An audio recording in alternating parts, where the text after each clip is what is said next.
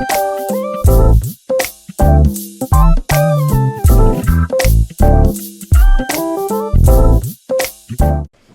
pledge allegiance to the flag of the United States of America and to the republic for which it stands, one nation, under God, indivisible, with liberty and justice for all. Okay. Thank you all very much. I will turn to Scott for the couple of mayoral appointments we have here. Please. Mayor Manger appoints and requests a motion by the Board of Trustees to approve Guadalupe Vargas to be appointed to the position of Student Intern 2 in the Tax Receiver's Office at an hourly rate of $28, effective January 2, 2026, for the time period of January 2, 2026 through January 16, 2026. I'll make a motion. Second. All in favor? Aye. Whereas the Southampton Village Volunteer Ambulance maintains a list of approved per diem paramedics which the ambulance chief can call upon to provide coverage when necessary, and whereas the salaries of the use of per diem have been provided for in the budget, and whereas the village has reviewed and evaluated the credentials of potential candidates for addition to those available and approved for per diem paramedic list. Now therefore be it resolved that Christian Weedock is approved for addition to the per diem paramedic list for Southampton Village Volunteer Ambulance, and that's effective immediately.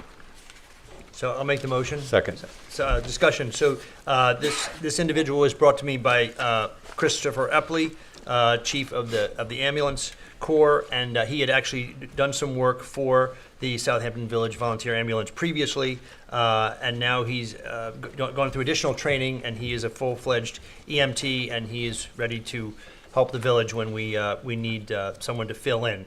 As you know, there were 2 people that were removed from the list of possible EMTs because they no longer were available to us. So I had instructed the chief of the ambulance to try and find us a replacement, and so this was the first replacement that he was able to find. He said he may have some additional people in the future, but again, these are only paid on a per diem basis when the need arises. But we have a motion and a second. All in favor? Aye. Any opposed? Okay. Brian Winter is not here yet. He said he's going to be 5 minutes late. So I think at this point then we'll go on to the public hearings. Do you want to do the first one, Eileen? Sure. The first one is, well, you want to take a vote to open it. It's sorry. Yep. A motion to open the public hearing on local law, well, we don't have a number for it, of 2025. This is having to do, again, with workforce housing. Second. All in favor? Aye. Okay. Okay, so we did make a couple of changes since the last public hearing to the code. One of them is, both of them are in the definition. One is under the definition of workforce housing development. We just took the standards that were in the definition and moved them into the standard section. So we wouldn't have a standard in a definition, because then you wouldn't even get to the, if somebody went through the definition, you wouldn't even get to the presentation. So we just moved it into the standard section. We did change it to say that 50% of the units would have to be affordable or workforce housing. So, and it wouldn't just be 50% of the units, it would be 50% of the gross floor area of the entire complex that had to be. So you couldn't have a small studio, 2 small studios, and then 2 large apartments. It would have to be 4 equal units, 2 of them workforce, 2 of them market rate. So With the same square footage. with the same square footage. So, and I think those are the only changes since the last public hearing that we had. So. Okay, so then I'll open it for any comments on the workforce housing. Again, I think we're going to keep this open longer, but just curious whether anyone out there or anyone on the dais has any comments, again, on the proposed workforce housing in the office district of the village, primarily North Sea Road and Hampton Road. Anyone on Zoom? Okay, great. Thank you, Sage.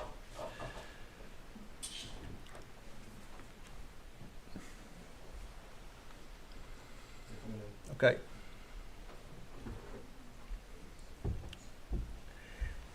Elizabeth, I don't think she wanted to yeah, talk about did you, I don't think you wanted to talk about workforce housing, did you? No, I do not. Okay, I mean, so, that's another time. all but- right, no, so we're gonna get to that just a little bit further on the agenda. So if you don't mind, we'll have you come back in just a little bit, because this is the public hearing for workforce housing. Ah, All right, but stand by, we'll get to you when we get to the traffic, I know that's what you want to speak about. All right, Sage, anyone else for this? Or obviously you don't know until we bring them in. No, I have no hands. Okay, So I would just say, remind people, or for those who didn't know, the Planning Commission held a fairly well-attended and fairly robust, I see Michelle in the audience, hearing on the topic of workforce housing on October 17th, so almost a month ago. And it was very good in terms of bringing out some of the practices and examples of what's happened elsewhere on the East End and neighboring communities. It was, I think by design and for good reason, short on specific recommendations or ways to maybe further amend the law or other options to consider. I also see Nick Palumbo, who had a very interesting idea about an initiative out in Colorado, where they have a fund that actually pays people for existing homeowners who can stay in their homes to keep their homes as affordable housing, which limits the resale price of that house. It's voluntary. You get paid to come into that program unless like you've sold an easement. I don't know if that's the right model for us, but I believe, without prolonging this too long, that we have some other options we can consider. And I know we're in some discussions to tease those out. so if anyone else wants to speak or not speak, then I'll just hold this open, this public hearing for the next meeting, which is December 11th, am I right? Mayor, are we having any designating people who are intimately or more expertly involved with this to get together and discuss the ideas such as the one as Trustee Coburn just mentioned, and any other ideas, some of the ideas that are brought up in the Planning Commission meeting? I don't think we can just have a meeting like this where nobody's really offering any suggestions and say, oh, well, the thing that we've presented is just great, let's go ahead and do it. I think we need a subcommittee to take a look at this and discuss what we've got and whether or not there are any other changes should be made to it. And I'm wondering if we have that capability to do that. Well, the Planning Commission could work further on that. I know Rob is very interested, so maybe you guys could work together, maybe have another information session. We can certainly invite Roy, someone to come and speak to us at our work session, specifically on this topic, if there's someone that we want to identify to have come speak to us. Well, and we also do have Alex Wallach, the village planner, and the Noah Levine consultants, Noel, also. who Yeah. has been He involved in he this. So worked on the draft. I'd certainly be happy to set up a meeting with them and inform you or invite you, Roy, if you wanted to be part of it, and maybe invite Michelle if you wanted to be part of it. I just think this is the last sort of place in the village where we can actually maybe make a difference in this issue, and I really want to make sure we get it, we do the best possible job we can. It seems to me, obviously, the way the village is geographically, we're not going to have opportunities for high-density workforce housing. And I'm thinking of traffic because that's all I think about. And, which is, it's a regional issue. And maybe we ought to expand our thinking beyond the borders of this village, because if our teachers and our nurses and our police officers can find housing in a locality close to us, that would help traffic, it would help a lot of things. Just a thought. Yeah. Yeah. Well, the town recognizes that, and they do have They're a working pretty towards robust it, yeah. initiative. So I'd also be happy to reach out to I Janice Scherer, who is think it makes involved in sense, that. yeah. Yeah, I'm also pleased to see as we go forward, more changes that improve it. For example, the suggestion of the GFA, which will make sure that there's an equality between workforce housing and commercial and Market rate, and yes, just regular housing.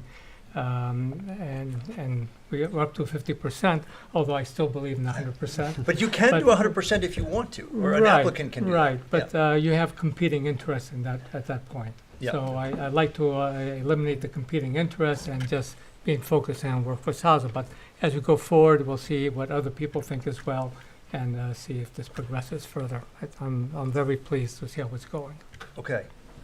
All right, well then, so, again, I'll close this public, I mean, not close this, leave it open, but turn it over till December 11th, I think is the next meeting of the board. Adjourn it to December Adjourn it 11th, to that's fine. December 11th, Thursday.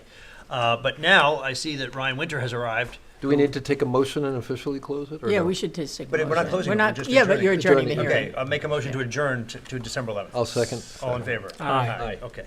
All right, now, Ryan, you get to come forward and fill us in on traffic, please, as our traffic consultant. VHB, Ryan Winter. Good evening, Mayor, Board of Trustees. Sorry for my tardiness this evening. Just wanted to follow up on what we talked about a little bit at the work session with regard to the Hill Street pilot program that was completed in September, and kind of go over the results of that again, and just clarify our recommendations moving forward for what was proposed during that pilot and how we think we should be moving forward. I have something I can share on the screen if you don't mind. Sure. Are you able to do that, Sage? Yeah, great. He's got me going now. Then this report will be shared with the board this evening. Is this finalized, Rob? Yes, Ryan, sorry. Ryan, I knew you were talking to. yeah, He didn't call you Len. he's got more hair. Ooh. Nice shot. So I'm not going to obviously read through this, but just to kind of give you a high level of what this final report says. We start by kind of going over why the pilot was put in place and the issues that are going on. Everybody in this room, I think, is well aware of the traffic issues on the west side of town during the afternoon rush hour. Hill Street gets backed up, and then the residential streets take a brunt of the congestion, both on the south side and on the north side. North side, the bulk of the traffic is going to McGee Street, that's County Road 39, and the south side is going to Lee Avenue and Captain's Neck. So the pilot, just a reminder to everybody, was to look to alleviate congestion on Hill Street by reducing the conflict points, and to do that, we look to eliminate the opportunity to turn left onto Hill Street in the afternoons, actually full-time for the pilot, at Lee Avenue and Captain's Neck. And again, the thought was to reduce those conflict points so you'd be able to have traffic moving better on Hill Street and get a percentage of those vehicles that were currently in the residential streets off of those residential streets and back onto Hill Street, where we typically prefer them. So as part of this study, this outlines the issues. We do also identify areas where we took traffic counts. Traffic counts were performed for both of the weeks that the pilot was in place, and they were also taken after the pilot was put in place, just to reestablish a baseline to compare. And can you tell us what hours were you recording the traffic? So the traffic counts were taken Tuesday, Wednesday, and Thursdays, which is a standard, most typical traffic day, if you will, from 3 p.m. to 8 p.m. And we took that data and then we kind of condensed it and took the highest, the peak hour they call it, which is the highest traffic volume for each intersection. And we looked at that and saw where the cars were going and what the volumes were for each intersection at the peak hour of each of those days. But so you looked at 5-hour segments, and then you broke it down into when you saw the busiest time. Yeah, that's typically how you would do a traffic study. You would identify the peak hour period, and then you would identify the peak hour from your data. Got it. Thank you. And I will point out that the peak hour for the intersections isn't necessarily the same 15-minute interval. That can be for a variety of reasons, but just know that just because the volume is 800 cars at one intersection, it may not be 800 cars exactly at the next intersection. So this is some of the traffic data that was already presented at the work session, just in a little bit of a different format. Again, the intersections that we looked at, Hill Street and Lee Avenue, Hill Street at Captain's Neck, and those were the two roads where we implemented the left turn restrictions. Hill Street at Halsey Neck, where we anticipated a lot of that cut-through traffic going to as part of this pilot. Moses Lane at Bishop's Lane, and Moses at Pelham and Arlon. The north side residential streets were not directly impacted by the pilot program, but we anticipated traffic volumes and patterns may change during the pilot, so we wanted to get an idea of what that looked like, which is why we included those in the study. For Hill Street at Halsey Neck, to try and mitigate some of the additional traffic that was anticipated, based on some discussion with the village, we implemented a temporary traffic signal for the first week there. The signal did not perform the way we were hoping to. So after that first week, the signal was removed, and the second week of the pilot continued just without the temporary signal. So there was the stop condition at Halsey as there typically is, but the rest of the pilot remained the same. So then in addition to, I guess I can summarize the traffic data real quick. I'll just go back up here. So for Hill Street, which is really, we were hoping to see some improvement in the volume, we saw very little, if any, change in the amount of vehicles that were able to traverse Hill Street over the peak hour period during the project. We also looked at the side streets. And while there was a slight decline in traffic that was utilizing the ox pasture to Halsey Neck route, there was still a high number of vehicles using that southerly route. The biggest change was actually on the north side of Hill Street. The Moses Lane, West Prospect cut through on the north side of Hill Street saw a substantial increase during the pilot program. And that's reflected in the counts that will be provided in this report. So, in addition to the counts, we had field observations. Both VHB staff and Southampton Village Police Department provided observation data, anecdotal data that would support or not hopefully support, but not necessarily, the volume and the traffic data that we were seeing. But the observations that we saw were reflecting the traffic data that we had found. So on Hill Street, we did not see a lot of change in the amount of cars that were going through. When the pilot was in place, the right turn restriction on the north side of Hill Street was maintained, but there was an increase in violations due to the increased traffic on Moses. I think more people were trying to duck out and get out of that congestion that was up in that area. We also found that since the primary point of where the cars come onto Hill Street was now at Halsey Neck, which is obviously east of Lee and Captain's Neck, the queue started further east. So it ended up further east, which impacted more directly the business district, First Neck Lane, Windmill Lane, even made it to Nugent. So these were not desirable outcomes that we were looking for.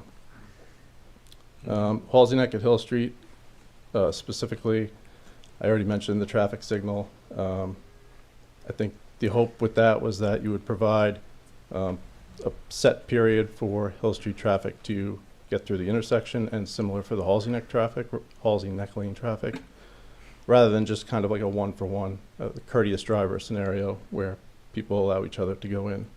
That did not obviously work out, so we went to the stop sign scenario, and it really did not change all that much the results of the functionality of the intersection in terms of traffic volume getting through.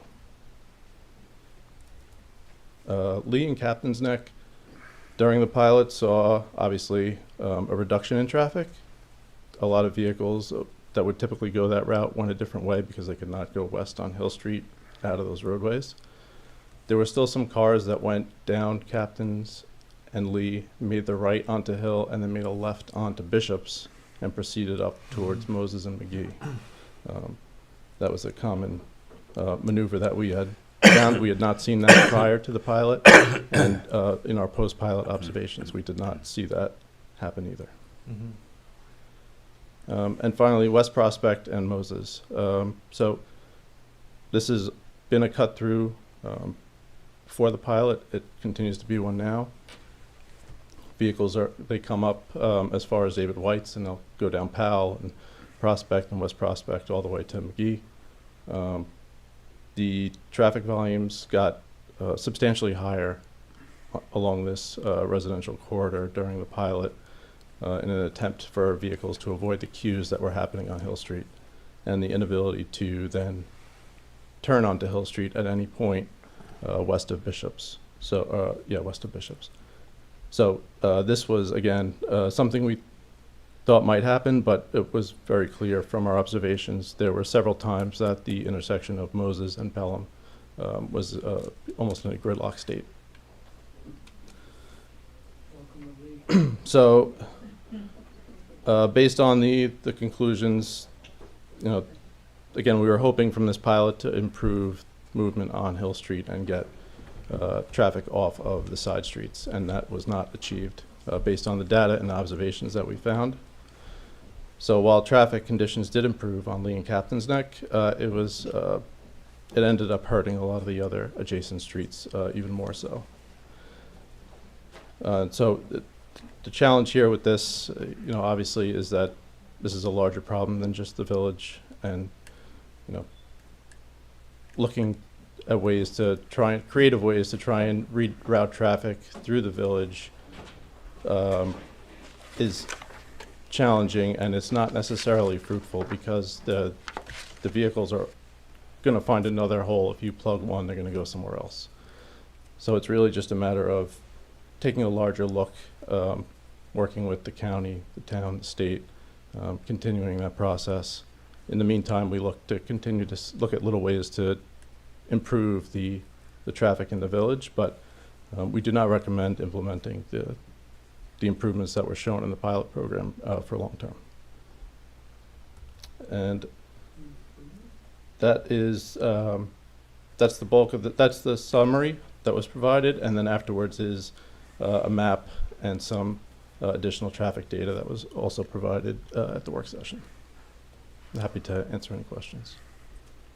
Okay, members of the board, any questions for Ryan at this point? One just specific detail, and I don't know if you can refer to data here, but you said that the traffic on West Prospect and Moses became substantially greater during the pilot. Mm-hmm. Those roads already had traffic. Can you show us the data in terms of what it went from and to? Because it's not as though those streets were clear before the trial to begin Correct. with. They were pretty substantially trafficked.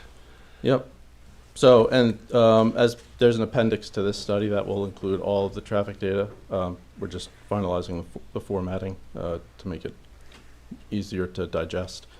But as you can see on this screen, I know the number's a little small, but it shows that the volumes are up from week 2 to week 3. There is like between 80 and 100 cars that are increasing along Moses Lane and heading towards Bishops and through Pelham. And that's in an hour. So, over the course of the afternoon, it's a couple hundred cars easily. We found generally that the peak hour for the volumes of the vehicles across the area was in the 5 to 6 range. A lot of the numbers you'll see here from the maximum volumes are earlier in the afternoon because that's where traffic is flowing a little bit better, and that's where we typically identify our counts from, and that's the benchmark we're trying to set, right, and see where we can improve upon that. So that's why you'll see those numbers aren't necessarily correlating with the times when it's gridlock or at a slower rate, because your volumes are actually lower at those times. Over the last several years, the situation has grown worse each year. Mm-hmm. I'm wondering, to what extent do you feel that the village's efforts, which began with making the restrictions on the north side of the street at Somerset and Bishops and Corrigan, to what extent do you feel, or can you say, or would you estimate, has contributed to the increase of traffic on the southern side of the street? Do you think there's any correlation there of cause and effect?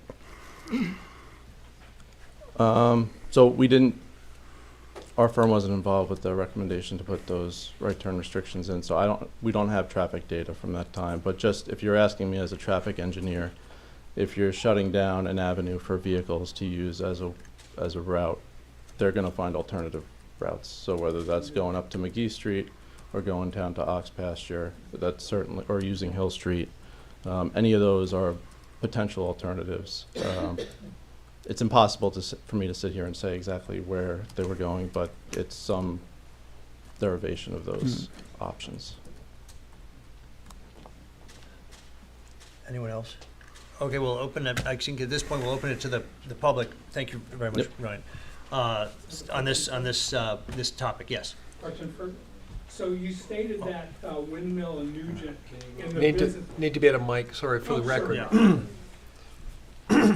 Frank Horowitz on Lee Avenue, you stated that traffic on Windmill and Nugent in the business district, why is that considered a bigger problem than gridlock on a residential street, the most western residential street, Lee, the most narrow, where it's gridlock, gridlock, gridlock? Why is that not a bigger problem than the business district? And then secondly, you stated that Hill Street traffic did not improve. Great, Lee did. We had a life. We had people on the street, we were biking, we were talking, we were laughing. Our life improved. All we've ever asked is to share the burden. Today, leaving Lee Avenue to get here, we looked, there were 50 cars on Lee. Captain's Neck had 30 and Halsey Neck had 10. All we're asking is to share the burden. And to Trustee Stevenson's question, then eliminate the right-hand turn. Let's just go free for all. Let everyone find their own way. But the extrapolation of your data that was rolled out, I believe, in a work session where no one could speak, I believe, correct me if I'm wrong, and now we're seeing it now. Why don't we have a meaningful review of the data and hear from people after they've had the same opportunity to review this? And I just have one other question. How come we have 10 no parking signs on Lee Avenue from 8 to 6 and there's none on Captain's Neck and Halsey? When did that happen? It's on the, I'm not good in directions, my side of the street, 100, east side. 10, no parking, 8 to 6. We adopted a law. Yeah. That was done to make sure that we didn't have parking on both sides of the street if there were people there, contractors, gardeners, what have you. So on several of the streets in the village, we decided we should move the traffic to just one side of the street. We did it similarly on Halsey and Moses. Okay, but it's So not that- Captain's and Captain's is Halsey wider, Neck, I think. yeah. I'd have to look at what exactly which And one. it's not enforced. There's still parking. Well, that's a different issue. Yeah. Okay, yeah, I'm just saying, so, that's my question. Thank you. Thank you. Mr. Horowitz. Anyone else like to speak on this topic? Does Elizabeth Pine want to come back in? Elizabeth Pine Singer, is she still there? And Okay. I just want to remind everybody that we are keeping it to a 3-minute limit on speaking. I will remind you at 2:45 that you're coming up on 3. Also, I'm going to ask everyone to please direct all comments to the village board, not to the consultant or to anyone else. So, All right, Sage, Elizabeth had a time pressure, so we could get Oh, her, okay. that'd be great. all right, well, let's just see if you can get back to, there's Elizabeth. Here I am. Sorry, all right, you're up. Thank you so much, and I really hope the dog doesn't bark. But my name is Elizabeth Pine Singer, and thank you for letting me speak this evening. I'm grateful to Mayor Manger and the trustees and to Ryan Winter for everything that you're doing for our village, and especially for your efforts to try and alleviate the traffic issues that plague all of us. I would just like to take a minute to repeat that Hill Street is a residential neighborhood, and we all also have property values on Hill Street. And people grew up here, we have children bicycling also, we have people trying to cross the road. I'm here this evening to ask you to please return the speed limit on Hill Street to 25 miles an hour. And once it is returned to 25 miles an hour, that the speed limit is enforced by the police of the village of Southampton. As you all probably know better than I do, Hill Street is becoming more and more dangerous. Drivers are going upwards of 50 miles an hour on Hill Street, totally unchecked by the police. Hill Street is a magnet for anyone who wants to speed. I believe that it is only a matter of time until there is another fatal accident on Hill Street, and there will be no one to blame but the village authorities who are not acting to increase the safety and quality of life for the people who live on and use Hill Street. My family loves the police of the village of Southampton. Up until a few years ago, they were in fact a constant presence in our driveway. They would sit in their cars at the western entrance of our driveway, waiting to ticket people who were breaking the speed limit on Hill Street. It made me proud of my parents for being helpful citizens, and it made me proud of the police in our village. It also felt like our village was being taken care of and that my children would be safe because the police would keep us safe. But now I feel like I and the rest of the people who live on Hill Street are shouting into the wind. No one is ever enforcing any speed limit or other rules of the road, like making sure people stop at the designated crosswalks. 1 in 10 do.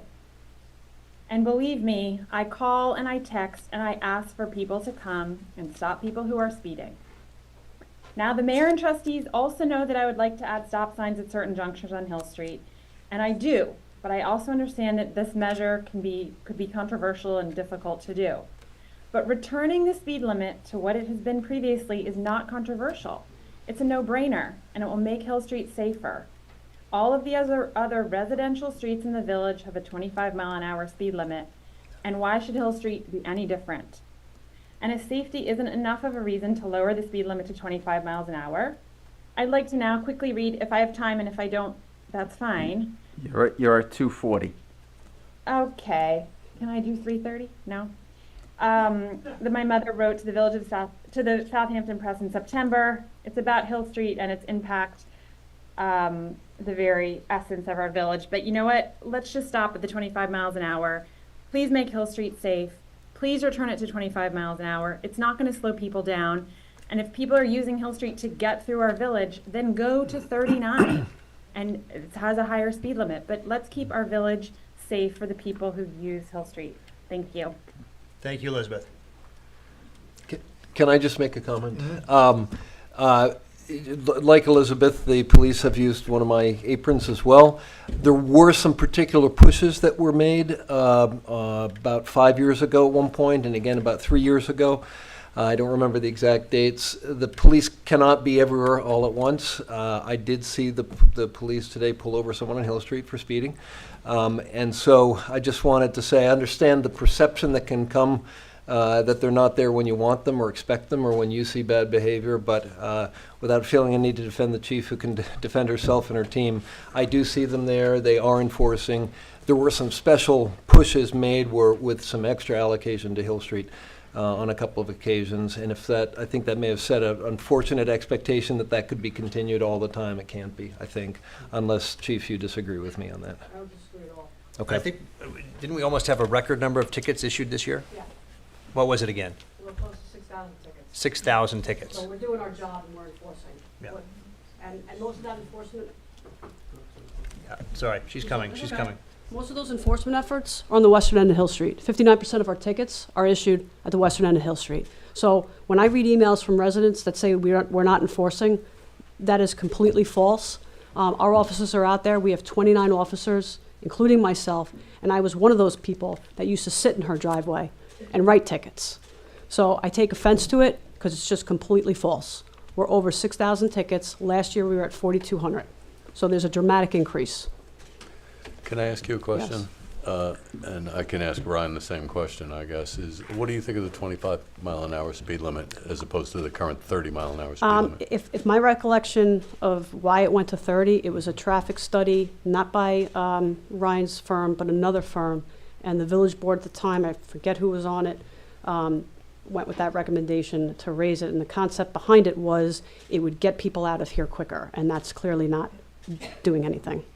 Well, I mean, late in effective the speed day, limit. no one can go 25. Effective Right. speed limit's about 2 miles an hour most days Right. for about 3 hours of the day. Right, but in the off hours, cars do speed. And, that's when we can we do most of our enforcement efforts when the cars are speeding, because they're not speeding during rush hour.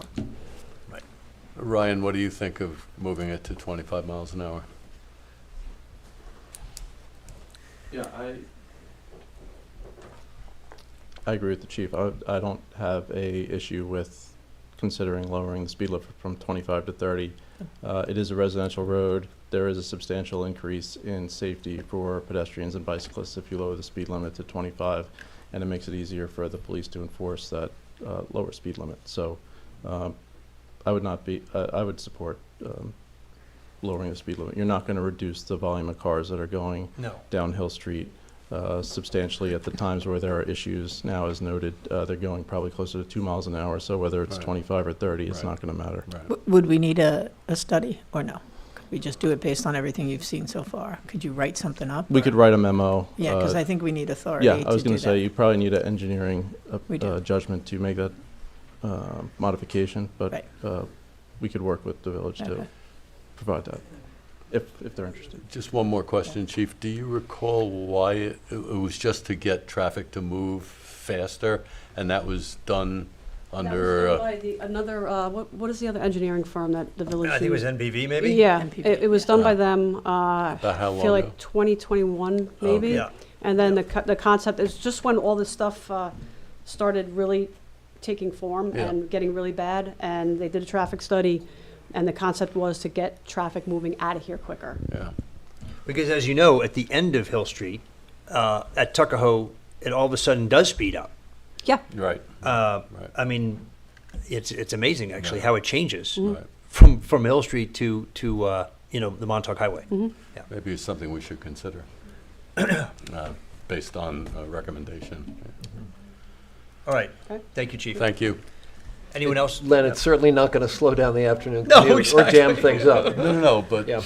Elizabeth is raising safety concerns and. Ma'am, please, yeah, come forward. No, I know. No, I think Yeah. it's a win-win. Sorry for the Yeah. I'm reading this on behalf of one of the other residents on Lee Avenue, Alyssa and David Lefkowitz. They can't be here, but they asked me to read this letter, and it really it enforces what all of us on Lee Avenue are feeling. Dear Mayor Manger and members of the Board of Trustees, we reviewed the traffic pilot analysis and are very confused by the decision of the board to not permanently implement the no left turn sign on Lee Avenue. Given that all of the data suggests that the traffic on Hill was not affected by the pilot program, and knowing that the traffic on residential streets of Lee and Ox Pasture was greatly alleviated by the pilot program, it clearly points to a decision to keep the no left turn restriction.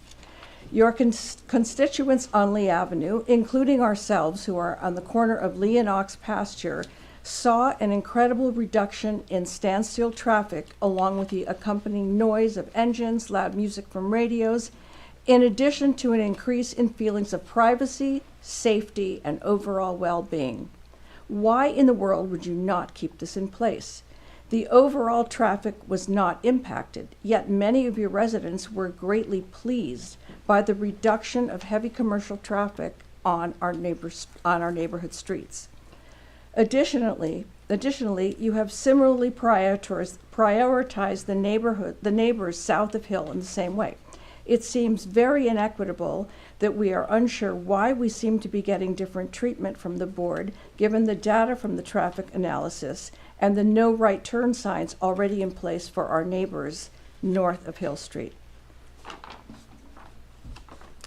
And we all feel this, many of us, or most of us on Lee, if not all of us on Lee, we did see a greatly reduced amount of cars. Yeah. So I don't understand the data that it was insignificant. And further, which is what Elisa and David said, if it didn't impact Hill Street, then why not keep it? Why not do the no left turn? If it made no difference, it did make a difference on Captain's and Lee and Ox Pasture. So I don't know how many times we all have to be here and write letters. We're so frustrated. We really don't know how to resolve this. And the pilot program, great, but A, we don't see any solution. And B, we were all happy with that no left turn. It did make a difference, so Yeah. none of us understand the data, to be honest. We're at I wanted to 6:45. clarify something related to this, Brian, if you could. The fact that Hill Street traffic wasn't impacted, I think there were three premises to this study. The most important one maybe, besides, maybe four, try to alleviate the congestion on Lee Avenue and Hetty Creek and Captain's Neck.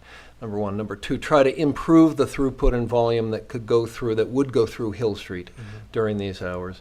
And numbers 3 and 4 were, don't simply shift traffic to other areas that might already be experiencing equally bad traffic, and don't create new safety concerns or new safety issues. But the fact that the Hill Street traffic didn't change was a disappointment to us. We hoped and expected that by reducing that pinch point at Lee Avenue and Captain's Neck, it would allow a significant material increase in the throughput on Hill. Is that correct, generally? That's yes, that's accurate. When it pertains to Hill, the volume of cars that went through remained the same, and the queue that resulted from shifting the pinch point to Halsey from Lee pushed the queue back further to the west, but there was no real reduction in the queue or the increase in traffic volume on Hill that we were hoping for. Correct. That's correct. And then in addition, there was increase in traffic in other areas that were already seeing heavy volume, and by impacting the business district, you have a higher chance of impacting access to downtown businesses and commercial areas that are important for the village. Thanks, Ron. Anyone else like to speak on traffic? And you have, sir, let me just have the other person come on Zoom, and then you'll be next. Sage? Thank you.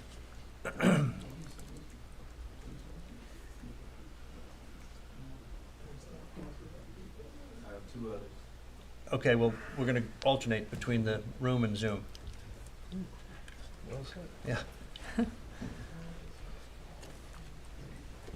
Hi. Welcome. Could you just state your name and address, please, for the record? Yes, Alexis Robertson Smith, 445 Hill Street.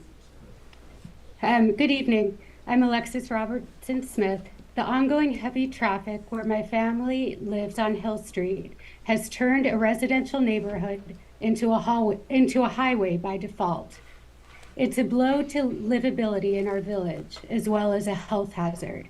That's why I'm calling for restricting trucks on Hill Street and keeping them on County Road 39. The air pollution caused by traffic, and especially trucks, is linked to asthma, heart disease, and developmental issues. Those living downwind face heightened exposure, including residents of the Shinnecock Reservation.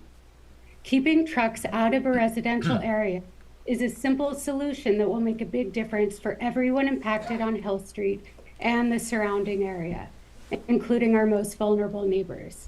Several towns and cities across the U.S. have successfully implemented similar measures.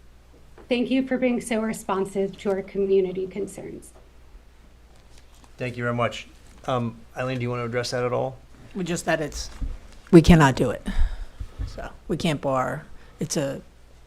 You have to provide a substantial connection for all state routes through your municipality. So you simply cannot do that. There's clear case law on it. And the Montauk Highway, as it enters Hill Street, As it enters or is a leaves the state village road. on both ends, it is a state highway. So you'd 27 have to provide on an the eastern alternate route that is substantially connects it, and I don't know where that would be except through a different residential neighborhood. So I don't even know if there is one. So Yeah. the law doesn't permit it. Okay. Sir, you were up.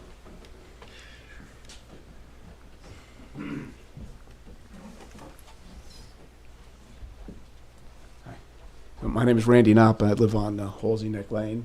So, I mean, we all have the same issue and the same problem. So, you know, whether it's Lee Avenue, Captain's Neck, Halsey Neck, First Neck, we all have the same issue. So, you know, I'm not sure what the right answer is, if there is even an answer. Maybe 1 week, because it's mostly in the summer that I think is the biggest issue.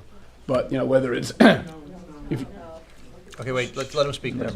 whether we got to alternate, having a police car on the corner of Hill Street in those 4 blocks, and no left turn, and you get a ticket if you make that left turn. And just alternate, I'm not in favor of that either, but at least that's a fairer way of doing it than just, not on Lee, not on Captain's, on Halsey Neck, or not on Halsey, but on Lee, or however you want to do it. Because either way, you can have some people in here, rightfully complaining. Yeah, I So, understand. But I think you at least got to be fair about how you apportion it out. As you said, close it on 1 or 2 streets, people are going to find the other street or the other street. You can either push it in one direction or the other direction, Yeah. but Yeah. whatever. You're either going to hurt one street or kind of proportion it out and somewhat slightly hurt each street, but alternating it would be at least somewhat fair. Yeah. Thank you very much. Yeah. Sage, do we want to go back to someone on Zoom, please? Okay.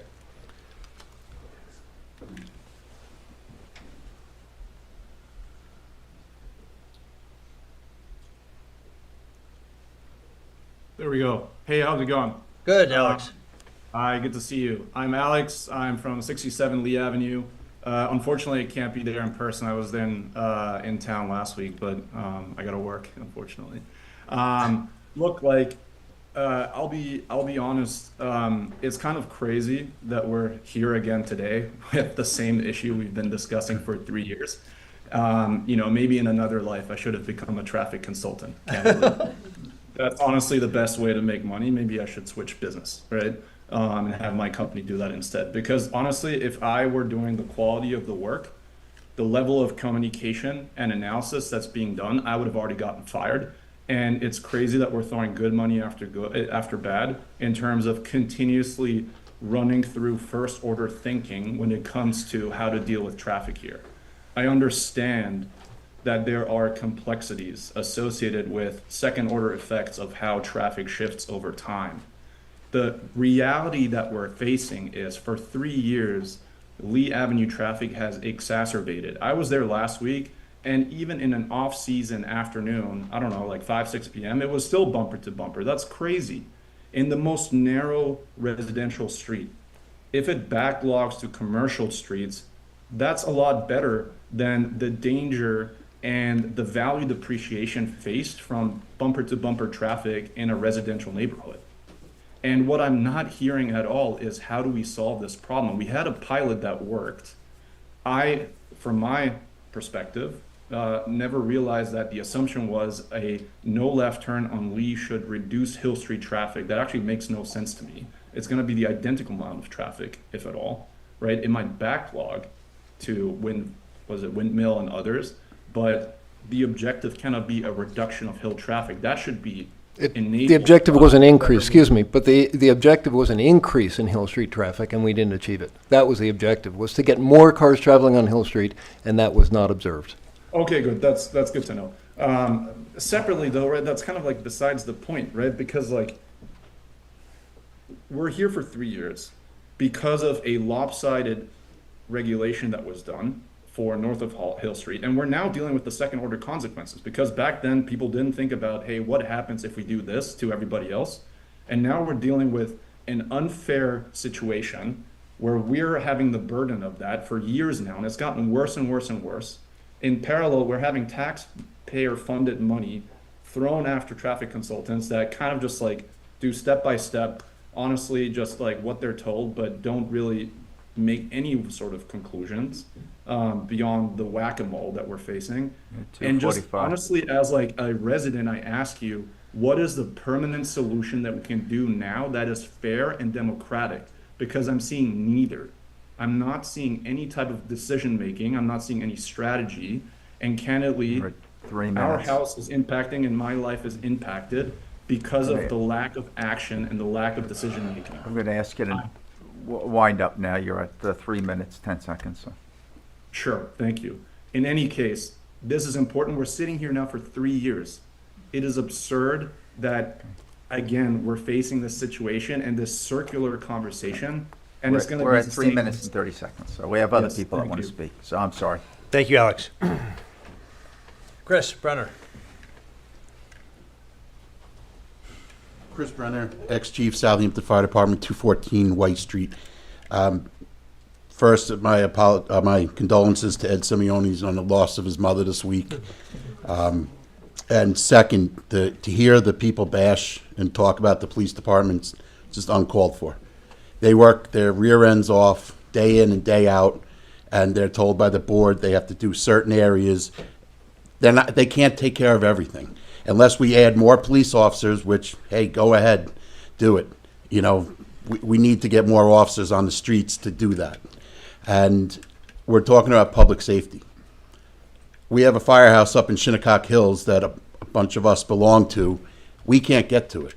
I'm not going in the opposite lane of traffic to go up there just because of the roads are backed up, and it's a very big concern for us and public safety. So hopefully we can come to an agreement and, you know, do something. But again, the bashing of the police department is just too much by some of the residents.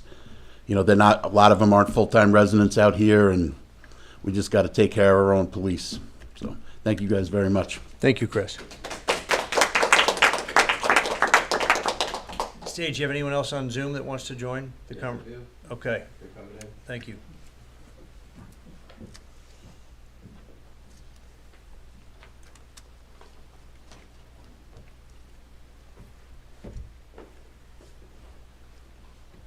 Hey, guys, can you hear me? Yes, William, go ahead. Hey, Mayor Manger and the board, again, thanks for the efforts and thanks for the diligence and the thought. I just want to briefly concur, William McClanahan, 131 Lee Avenue. I just want to concur with the comments from prior Lee Avenue residents. The pilot, as expected, was a tremendous success for Lee, for captains, and I'm assuming for the flow of traffic across Ox. I do think over time, those benefits would inure, meaning people making right-hand turns. And I did want to point out that one of the things I believe we learned, and you guys can ask the consultant after I'm done, but one of the things I believe we learned from the pilot is that the preponderance of the traffic that is coming south of Hill, the preponderance of the traffic coming through Lee and Captains and across Ox isn't coming from commercial traffic or commuter traffic originated south of Hill Street. So we did learn, which I think is a great learning when you think about the long-term solution. We're trying to push commuter traffic that isn't indigenous to these neighborhoods back onto County Road 39. And what we learned from this study was Lee was cured, Captains was cured. My understanding was Halsey was acceptable. I understand it was elevated from prior, but acceptable. The flow on Hill was unchanged, and the result is all that traffic that normally came from north of Hill through our neighborhood stayed north of Hill.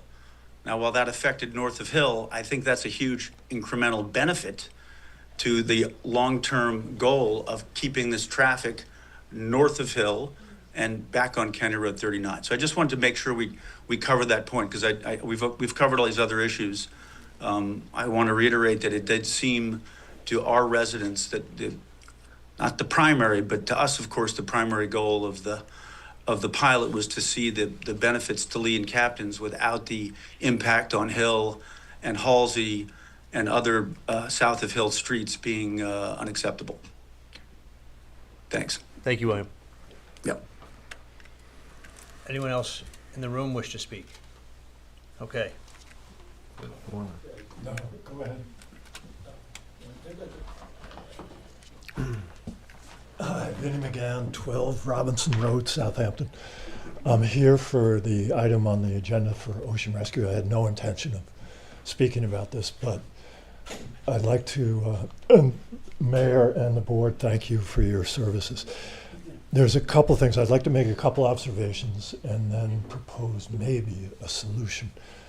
So I use Hill Street to try to get to Hampton Bays from points east. And my observation is that the reason it's so backed up and slow is because of the traffic coming from the side arteries, north and south. And everybody's pretty good, maybe you can testify to this. people are generally pretty cordial. They let somebody in, and they wait, then they go, and then the next person.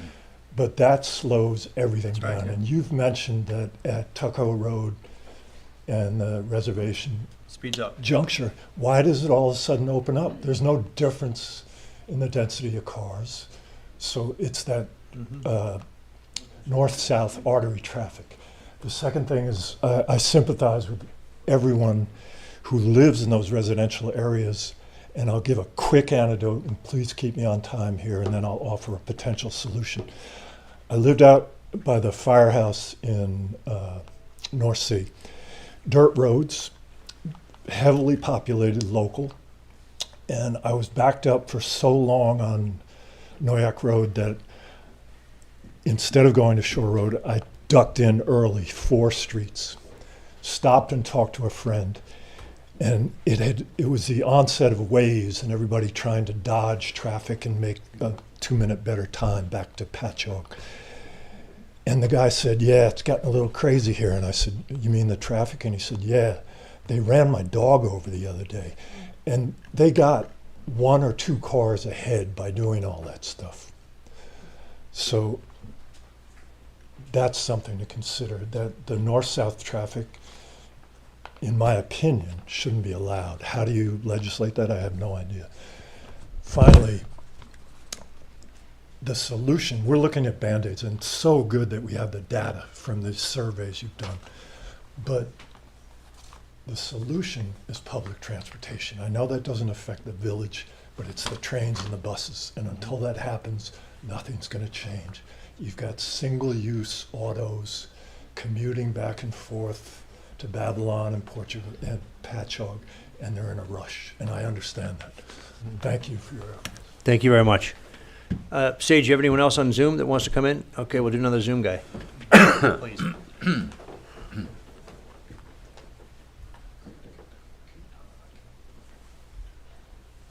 Hey, there. Jeff. Can you hear? Go ahead. Just introduce yourself, please, and state your address. Yeah. Hi, it's Jeff Molesky. And Steve Markov. From 121 Lee Avenue. Couple comments we just wanted to reiterate. You know, as we're owners of a research and strategy consultancy, we've been doing this for the last 15 years, and something we can bring to this conversation is we know meaningful answers are rarely found in limited data sets.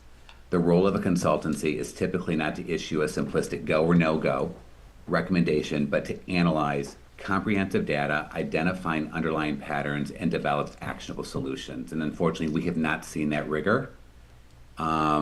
With this pilot, even the past, there's been really no transparency or just even clarity around the analysis and synthesis of learnings in terms of what's worked, what hasn't, and how to build upon those prior findings. So, you know, we hear Ryan's report out today. We saw the limited report out 2 weeks ago.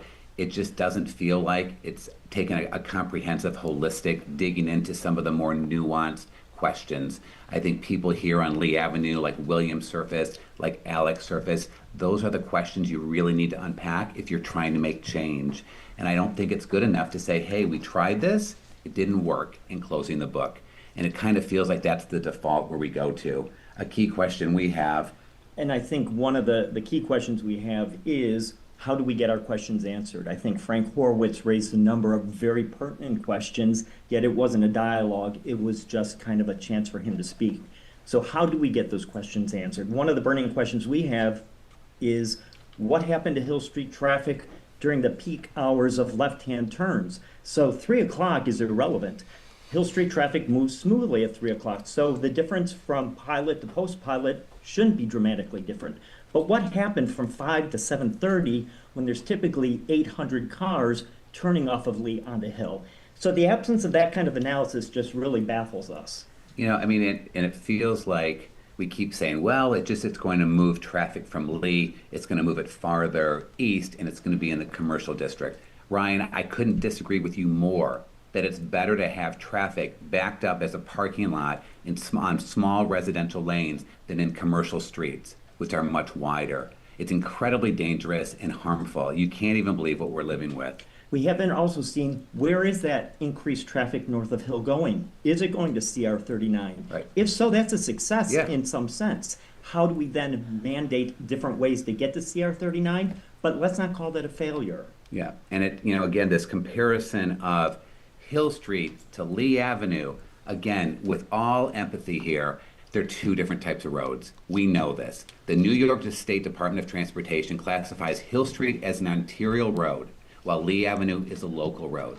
That distinction carries real implications of how traffic should be managed and regulated by our force. So we can't say they were both country lanes and now they should both be thoroughfares. So we have to stop that kind of conversation. And finally, to hear that our valued Chief Hertow and her team doesn't have the support, that's not good enough. We can't have that. It's simply unacceptable. We have to make sure that they're given the tools and the support needed to address these dangerous and worsening conditions. We are residents, we're on small lanes, and we got to find a way to do this. So what we would propose is, one, a more comprehensive review of this pilot data. We're willing, from our agency, we're willing to even take more of the data and do finer nuanced cuts than what we're seeing even from tonight's report out. We have experienced analysts and data scientists who will look at that and look at it statistically and objectively. We will do that pro bono. So again, this is we're trying to help here as real residents. We just don't buy the findings because you're not looking at the key nuances. And then secondly, maybe we have a South of Hill traffic subcommittee. I know there's been some traffic committees. I don't think they're meeting on a regular basis with any real agenda and report out. And we need to do this in a way that can really embrace the transparency and collaboration. We're looking to you all. You guys are great leaders. We need you guys to really model this in terms of responsible governance, one that protects your residents, one that strengthens the community and delivers lasting data-driven solutions. We've heard some board members say there really isn't a solution, or it's just going to go from one street to another. That's not good enough. How do we look at it in relative terms? How do we determine objectives that are acceptable? Because right now there is no level set. We don't know what is considered success and what isn't. So how do we work together to do that? Thank you.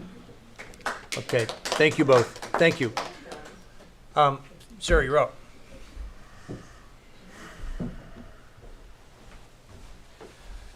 Hi, good evening. Thank you, everybody. My name's Dave Cardali, live on 414 Hill Street. A quick question. I submitted a letter. I know a couple neighbors submitted letters, but they're not on the agenda. We sent them to you? Yes, actually, the village clerk sets up the agenda, and because we get so many letters, there's a cutoff time. I believe it's 12 o'clock the day before, possibly. I Yeah, can we sent them confirm. earlier in the week. I just wanted to make sure. I wasn't Yeah, sure. So you I'll don't confirm forward with them. her, but those letters that didn't reach Okay. that cutoff time will be on the next agenda. Okay. Well, in my letter, and I did email CC a few people, hearing everybody talk and moving the traffic from one street to another street, that's clear, that's not the answer. I mean, the consultant said that, we all know that's not the answer. Hill Street is still a residential street, call it what you want. But what's important about Hill Street, and the fire chief said, they need to get up Hill Street, and they can't get up there. On my way here tonight, traffic from backed up all the way into town. That has to change. If you reduce the traffic on Hill Street, everybody else, all the side cut-throughs will be reduced. So in my letter, I mentioned if you want other input, other engineers, there's that Cornell Roads program. I did some research. They'll come down for free. And it's a neutral party. It's not someone that lives on Hill Street, because on Lee, everyone on Lee just wants their sign. I think it's kind of unfair for everybody else. And if you're going to put, just on that, I had in my letter, if you're going to put a sign on Lee, well, then put one on Halsey and put one on Captain's Neck and make them all 3 to 7, just like the North Streets. But that's just going to jam-pack Hill Street. And his issue, and the fire chief, Hill Street's just going to get so much worse. So to me, the answer always goes back to reduce the overall traffic. And one of the suggestions, and the council here mentioned, she said she can't do it, is to restrict commercial traffic. I spoke with the engineer up at Cornell and just have the conversation. I don't know how they did it, but he said they clearly in villages have restricted commercial traffic for specific hours. Well, sorry, I did the research and it's incorrect. So I don't know what they have or what research they Yeah. have. Maybe that they know something that we don't. I don't know. But that's the conversation I asked him, and I noted that in my letter, that he You was asked actually an knowledgeable. engineer? He's an engineer. Sure, But okay. he's dealt with, they've done programs or pilot programs with villages. And Okay, in but New York- in New York. what you said you wanted to do is ban commercial traffic from Hill Street. Well, restrict it like 3 to 7. Yeah, you can't. You can't.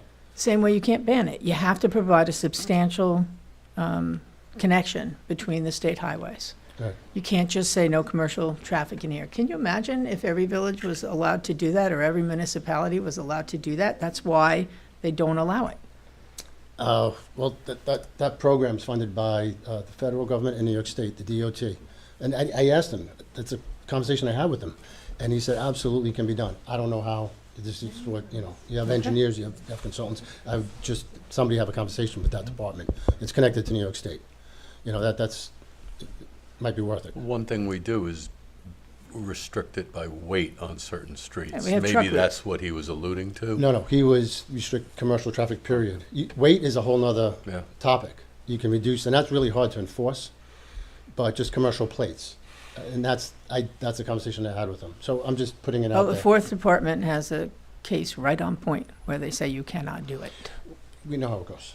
As attorneys, I'm just saying, that's a conversation I had with him, and I don't can know reach what you out to know. him. I can reach out to him, because he said Right. that they said, we'll come down and we'll do it for free. It will cost the village nothing. I know we're paying for consultants, and no disrespect, I'm sure they're great. Or maybe not, from what I hear. But it's just another, it's a federal agency. They're funded by our government, and it's free, no cost to the village, just to see what they say. They may come up with something we haven't even thought of to reduce the traffic, but I think it's the overall traffic. If you We're reduce it- at 3:15, so. All right, but that's one. Thanks. No, thank you very much. Thanks. Appreciate it. And I agree with reducing it to 25. Okay. Yeah, I think it's great. We can do that. Sage, anyone else on Zoom? Okay, anyone else in the room then? You already spoke though. Let's have Mindy Fortin. Mindy Fortin. Well, but you had 3 minutes. We can't just keep going around and around. I'm gonna be real quick. Mindy Fortin, 190 Little Plains Road. No skin in this game yet. What happened? I didn't read about it, or I missed it, to the September 16th meeting with everybody to allow the change on 39. I'm going to let Trustee. Yeah, so we had the Zananti meeting on the discuss that. 16th. 2 weeks to the day after that, we received the concurrence. On November 12th, which was yesterday, they restriped County Road 39 to mimic what was done in the pilot last spring. And today, our police department put cones from North Sea Road leading north onto County Road 39 to make that one lane, so that there wouldn't be 2 lanes going into 1 lane on 39. So we are ready to see that this will begin, I think, on Monday the 17th. And we're hoping that it alleviates a lot of the issues that we're listening to tonight. And I'm sorry that Alex, who spoke earlier, wasn't aware of that, because there was a strategy, and it was a little more global than pushing traffic around the village. It will encourage people with a more efficient drive time to stay on County Route 39 and not come to our residential streets. That's fingers and toes are crossed. Yeah, trustees, I'm glad you said that, Lynn, because there is a strategy. I think a number of people felt it was unlikely that anything we would do in the village, including the no left turn pilot, would substantially solve the problem for everybody, or provide enough benefit to one group without harming others, that it was going to make a difference. This is a regional problem. This County Road 39 pilot is a regional strategy. And I just echo what Len said. I don't want to burst Len's bubble or Trustee Zananti's bubble, but I also said I think at the best, I hope this pilot works. I think it will. I think we bought ourselves, a couple, 3, 4 years before the volume builds enough more that we're going to have to address it again. And to the point that Chris made, is this gentleman here, we need to look at public transportation, at shuttle buses in the downtown areas from train stations. We need to encourage a carpooling culture, even among ourselves. May seem foreign to us, but we need to do it. We need to encourage and provide strategies for off-hours work so that we reduce the concentration of when certain people commute to the extent we can. We're going to need to have all of those tools available to keep ahead of this problem, assuming that the County Road 39 problem, the pilot, is as successful as we hope as it was in the spring, and we hope it will be again. Thank you. Anyone else in the room like to add anything? One question. Okay, I don't know why I'm breaking the rules, but anyway, go ahead. Oh, you haven't. You let Elizabeth 3 weeks ago talk for 7 times. Oh, geez. Okay. How can we get answers to the questions that Steve asked and I asked? That's my only question. Would you like us to submit them to you and you could respond? Yeah, There are I think 3, 4, or 5 questions. Yeah, I think that would be good. Actually, we can submit them to Len, and then we can also share them with our traffic consultant and see if we can get you some answers. Thank you for the extra time. All right, you're welcome. All right, if there's no one else, Sage, last chance. Okay. All right, well then, I'm going to end this discussion, board presentation on the traffic update. I want to thank Ryan Winter for being here tonight, taking a couple knocks, but we appreciate you being here. And I also appreciate the chief being here. So with that, then, I think we'll move on to the next public hearing, which is local law amending Chapter 110 of the Village Code, Vehicles and Traffic, by updating the schedules related to stop intersections, 110-37, Schedule F. I will make the motion. Second. Okay, so this is, we talked about this before, it's adding a 4th stop sign to a 4-way intersection at Pond Lane and Culver Street, where there is a missing stop sign when you're traveling south on Pond Lane. It's just a yield. And this was pointed out to us by an astute member of the community. And again, I spoke to the chief about this. And again, it does make sense to make this a 4-way stop with stop signs at all sides of the intersection. So with that, I'll make a motion to open this. Do we have a second? Second. Yes? All in favor? Aye. All right. And so is anyone on the board or anyone in the room interested in speaking about the stop sign at Pond Lane and Culver? I'm just going to say it makes sense to me. My only concern is if you had more than about 3 or 4 cars stop at that intersection, which you could have during a heavy commute, it could back up into the lighted intersection. So let's do it, and let's just see if that happens, if there's a risk of that. And because the other alternative to me would be simply taking it away and giving that direction the right of way versus the other 3. But I'm in favor of getting rid of the yield sign and ask that we just monitor. Yeah, I'm in favor of it as well. As a jogger, I come down that intersection and you really have to be careful because nobody has to stop. So, yeah. Okay.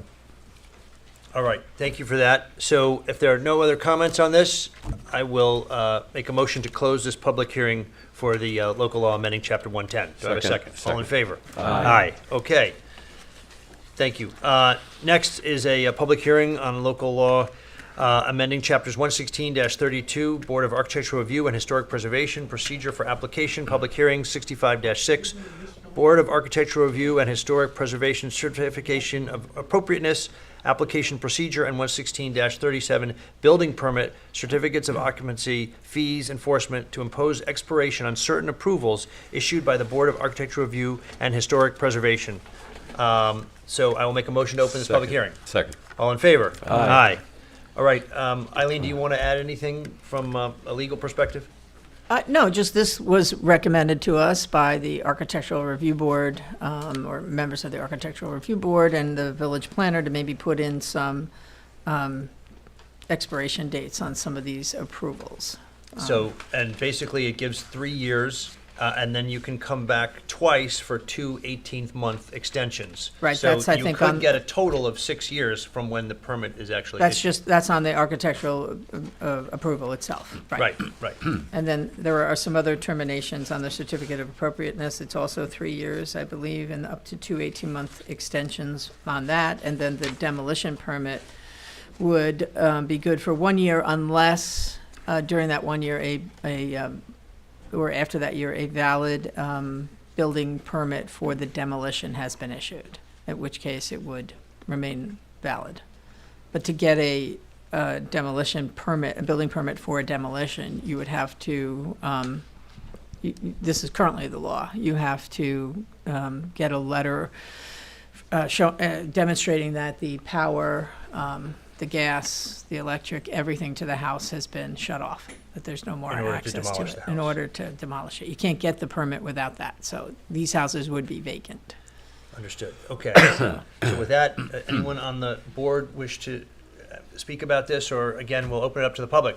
Ma'am, I don't think this. you have to come forward, please, Oh, okay. and state your name and address for the Yes. record. Name is Lee Dance, address is 86 West Prospect. I don't think this is the topic, but I can't find it anywhere on the agenda. But I've heard something about a plan to extend the historic district, and no homeowners have been informed about it. Ed, do you know if there's anything being Okay, so this is shared or a, report this about is, this? that's Or fine. is You- another topic? You just, give us a few minutes to finish the public hearing so When we don't will mess that up the be on the record. agenda? Just At 'cause the I- public When comment there's period. public comment, you can make a public comment. Is that at the end? Yes. You'll see on In the there, middle? it says correspondence. I Okay. read the correspondence, and right below that says Okay. public But comment. this Just is, a this couple is- minutes. This is a Sorry. public hearing Yeah. specifically about this proposed legislation. And there isn't any resolution on the agenda tonight related to changing or extending the historic district. Pardon me, I missed that? There is no agenda item or resolution tonight or hearing related to changing or extending the historic district. You can comment on it. What areas? Yes, absolutely. Okay, anyone else wish to speak on this item that's open? So the total is 6 years effectively, 3 years with two 18-month extensions Correct. for Yes. each of these And items? that was recommended by Alice So it Cooley. right, and it essentially takes away the discretion of the Architectural Review Board to extend it further. Mhm. Yeah. Interesting, okay. I had heard from someone who had misunderstood that this was 1 year and wanted to be kept open so they could speak, but they couldn't be here tonight, couldn't make themselves available, but. It's only 1 year on the demolition permit. It's only on the demolition, the certificate of appropriateness for the demolition. Got it. But if you get a permit But if you for get doing an a actual building renovation permit or- to take or it down, something you else, can. that lasts for possibly up to 6 years. Right, so, and there's not a high risk that people are just gonna get a demolition permit and building permit and sit on it because they can't use the house. It's gonna be vacant, there'll be no CO on the house once you get a demolition building permit issued. So, All right, so anyone else, public, want to speak on this? Okay, so I will make a motion to close this public hearing of amending chapters 116-32, et cetera. Second. All in favor? Aye. Anyone in opposition? All right, the fourth public hearing, and I think that's why a lot of these people are here, I see their shirts. Amending Chapter 99, Taxation, to provide a tax exemption to Southampton Village Ocean Rescue members as authorized by 466-M of the New York Real Property Tax Law. So I will make a motion to open this public hearing. Second. All in favor? Aye. Okay, anyone wish to speak on this topic? If I You could just wanted, If I could just say, this resolution puts the Ocean Rescue on even par with our wonderful volunteer fire department and ambulance department. Ocean Rescue is the third leg of our first responder triumvirate along with our police department. And in order to be eligible for this benefit, the Ocean Rescue has set forth fairly rigorous standards in terms of what you have to do in terms of showing up and perform and doing the duties of Ocean Rescue. So you just can't sort of say, well, I'm in Ocean Rescue and I'd love to get this benefit and save on taxes. You actually have to go, train, do the work, and do the great job that all of our Ocean Rescue Department folks do. So I think this is a very fair and just thing to do to provide the Ocean Rescue first responders with the same benefit our other first responders get. So I think it would be an excellent thing for the board to approve. all right, anyone wish to speak on this? Mr. Rung?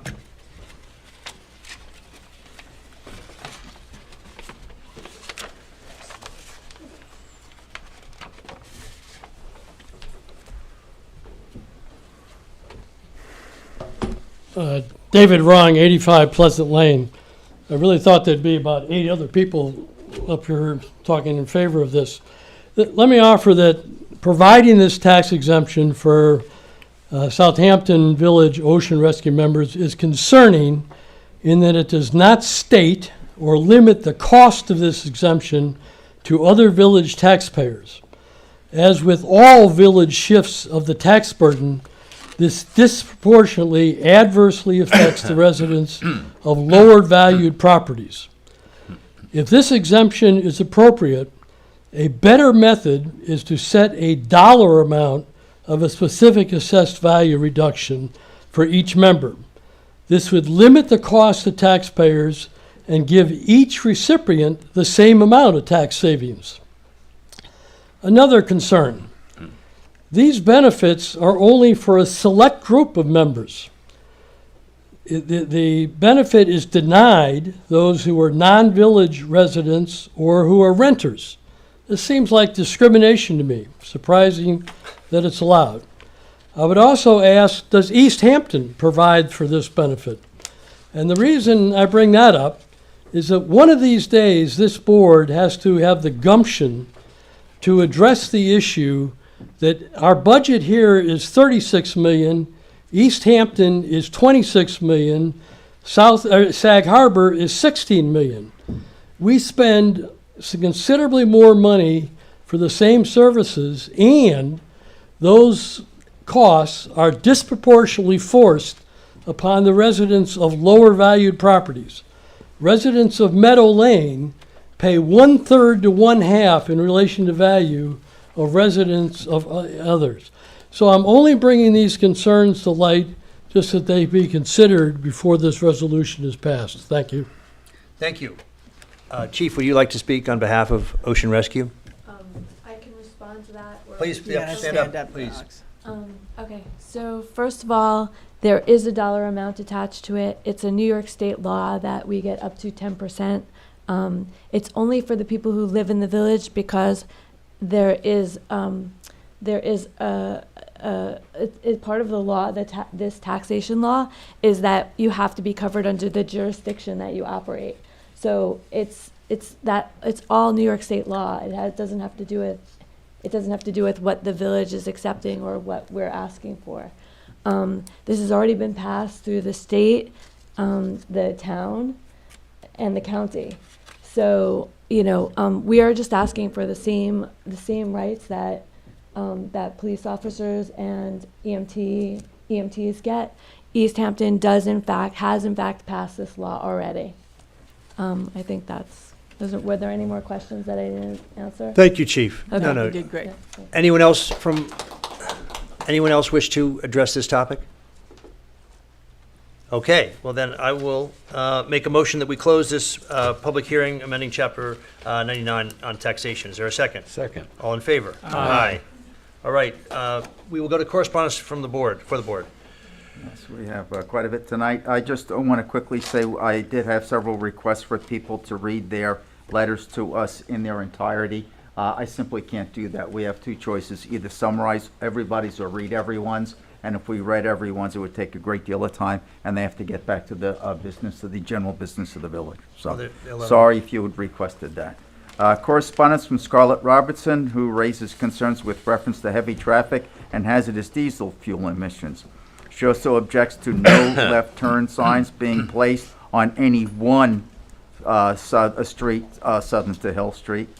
She proposes traffic solutions for Hill Street: reduce the permitted weight limit, restrict commercial traffic during rush hour, return to the 25-mile-per-hour speed limit, and review New York State traffic laws sections 1600, 1640, 1643, and 1660.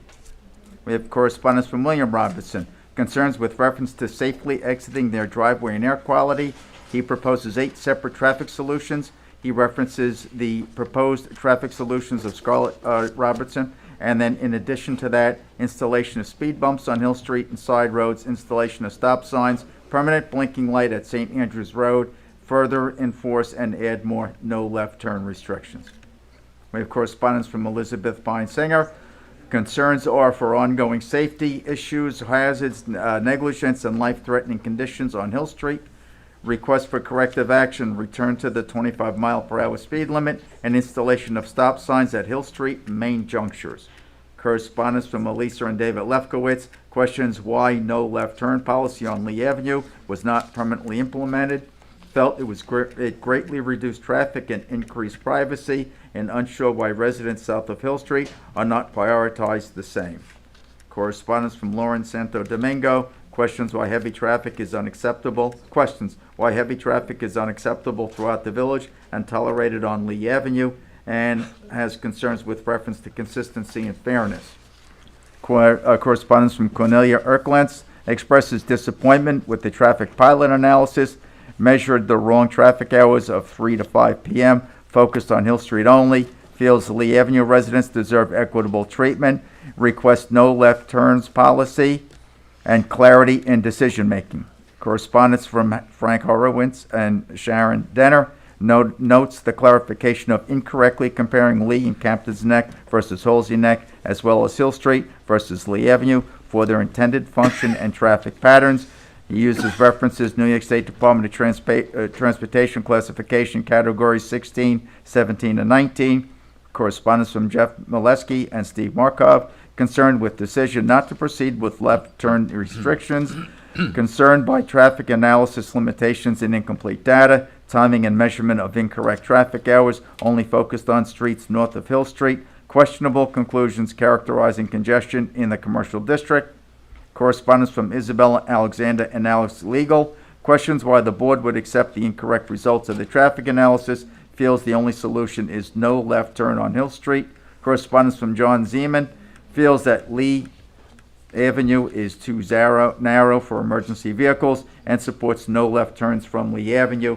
Correspondence from Robert Lovett, who actually raises the concern with regard to the ban on gas leaf blowers. He's the owner of a landscaping company, concerned about banning gas-powered blowers, suggests that alternatives such as battery-powered are not sufficient, and notes that the equipment is crucial to operation, and proposes that they are allowed to be used from December and January, Tuesdays to Fridays from 9 p.m. to 4 p.m.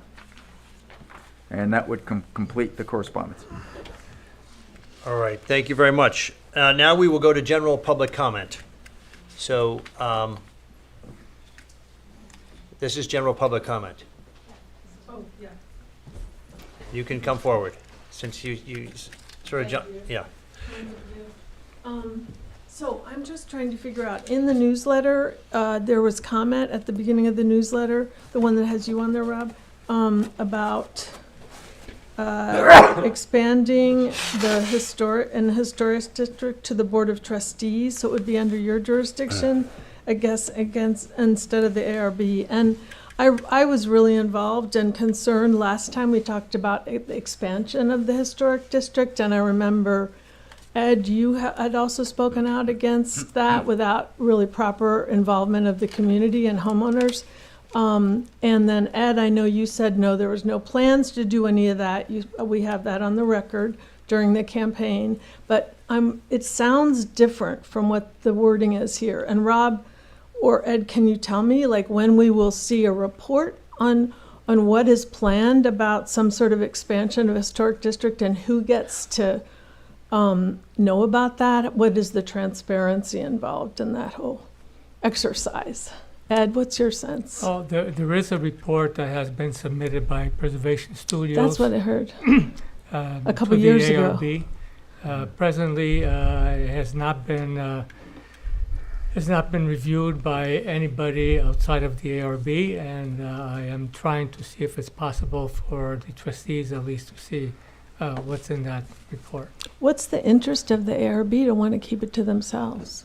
Is it like a power thing? Well, no, the report is not finalized. The data.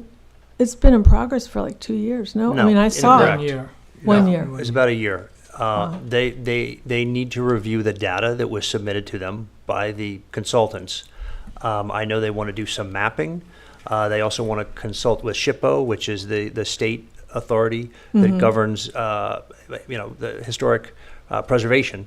And once they feel that it's in a form that it can be shared, they obviously will share it. But right now, they just really got the data so they're that not was presented making any actions. There's no yet. actions being taken at this point. No action at this point. Yeah. But the data could be shared. I just don't get why we can't have some sort of insight into that, Rob, because you wrote this. What do you? I don't think I did write anything on historic district. I might have been on it's the cover. you're at the heading of this on the cover. I was on the cover. So but it's wording, but maybe Everything you in there didn't is write real. it. I wrote the whole newsletter. So You I just don't don't know. Yeah, would you fix the traffic? Yeah, I'll fix traffic while I'm at it. There's a couple things going on here. There is this study that's going on. These things do take time. I personally feel it would be nice to begin wrapping that up and get the last pieces put together so that the ARB does have enough information to complete analysis and share their findings and do a presentation and share their findings. And through that, will we get what will we get to know? Will No, we get to know? the public will be made aware of all of this. In fact, there will be public hearings when they have the When that report to happens. discuss it. So it's not being done in secret. The problem is the report is really Right. not completed yet. They provided the data on the work that So- they did, and now they want to.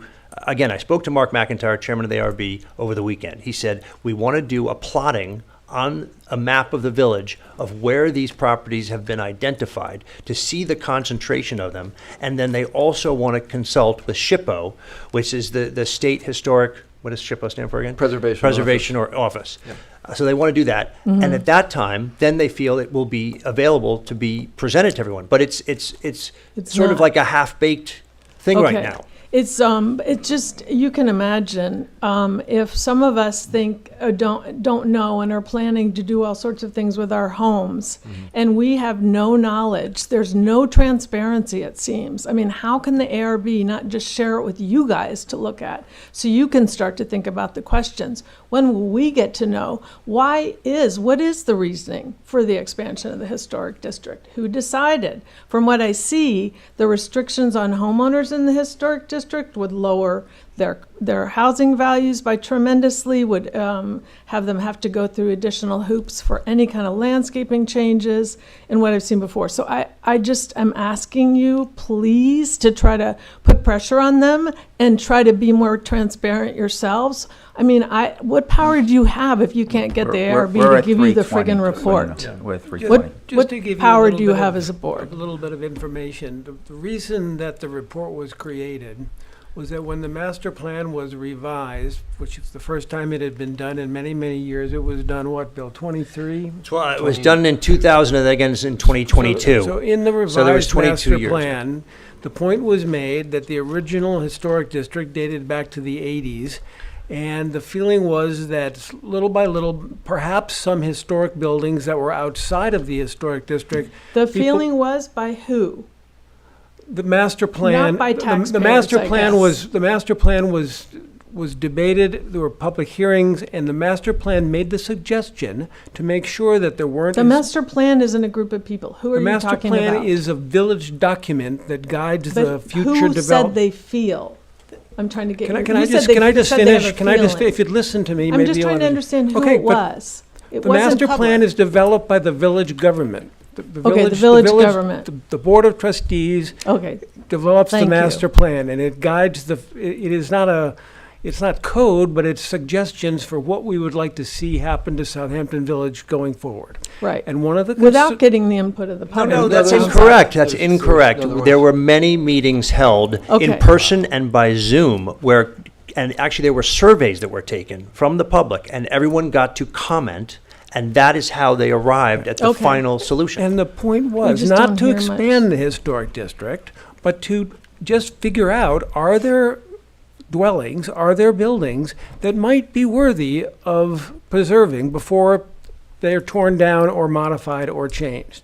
And the ARB got $45,000 grant, so the village didn't have to pay to do that survey, which is what we're all waiting for. Now, the second question is, once the survey is in and a decision begins to be made whether or not to expand it, the way the Southampton Village Code is currently constructed, the ARB has the authority to make that change. Personally, as a member of They the have Board the of authority without with asking public about hearing, with homeowners public and- input, but they have the responsibility. So But there's no vote or anything. There's no input They would from get, the they would have community. hearings, you would get to Holy talk, smokes. you would get to raise your objections, but they get to have the final say the way the code is Wow. currently written. That's pretty scary. It's my opinion that the ARB should make a recommendation of what they think should happen to this board. Right, and that's what was said in the Because I newsletter. guarantee you, if they make a recommendation that most of the people are not happy with, it's going to be this board that hears all about it, and if people Of like course. you coming in Coming saying, in why all did this freaked out, happen? right. And if I'm going to get criticized for something, I would at least like to have the opportunity to Weigh in on it weigh in first. on it. So Okay. I believe even that we are working currently on legislation. I spoke with the mayor about this. I've spoken to Trustee Coburn about this, to modify the code, to change it so that this board would be able to make the final decision based on, with recommendations from the ARB. Now, that legislation hasn't been written yet. I know, Eileen, you're working on it. Which is the and the suggestion board- that I had made some time ago, and I believe most of the trustees are in agreement with that. Also, there is from Preservation Studio, there is a report out there, and I am trying to see if I can be able to view it, at least to be able to see what the data is and the statistics and the Mhm. maps and whatnot. Okay. Yep. It sounds like the taxpayers put so much of our faith in you, 6 or 7 people, and we just aren't getting enough information, even with the newsletter. And it's just, I still have to make a public statement that I am not happy with the transparency of this board. Thank you. Thank you for your info, though. Thank you very much, ma'am. Can I address a couple things related to that? First, as you've heard, there is I think a desire, pretty broadly shared, maybe unanimously shared desire on this board to consider amending our code to change the deciding authority from the Board of Architecture Review and Historic Preservation to this board.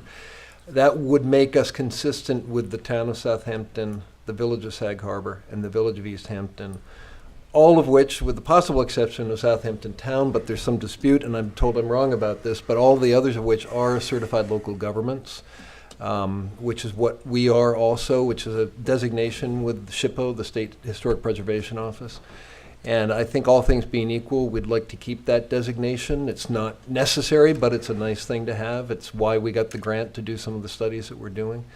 But there had been some idea that turning this decision over to this board from the Architecture Review Board based on their recommendation would somehow jeopardize that CLJ status. It appears that it may not be the case. We're looking into that, doing a little more work on it. And I wanted to have on tonight, but I think it'll maybe be on for the working session, a resolution to have a hearing on this exact topic in our December meeting. So that's one thing I wanted to say. The other thing I feel like is important for public education here and understanding, and I had to look into this myself many years ago. There is a fundamental question about, are we preserving structures, which is one approach to preservation, or are we preserving a look and feel, the appearance of structures, how they can be seen from the street for the benefit of the public? And that's an important distinction to make.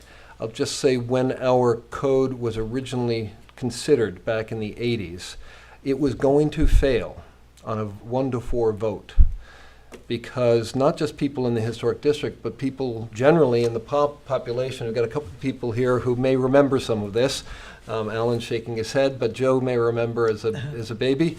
But the concern, even among people not in the historic district, was that this was an unfair limitation of property rights. And what was then focused on and realized was, what we really wanted to do was preserve the look and feel, what you see from the roadway, what we all enjoy visually. That is an asset collectively that we all share and enjoy. And that was how the code was written. It was to preserve the look and feel. Now, our code was changed pretty significantly in January of 2023 to turn that back, to basically overturn that compromise that was made, without which, in my opinion, based on the research I did, we wouldn't even have an historic district. So this is part of the equation as well, and I think it's this meeting, hopefully in December, and this whole topic is a good opportunity to just refresh a common understanding of why we have a historic district and what it means, why it's valuable, what its benefits are, what its limitations are, where the burdens are.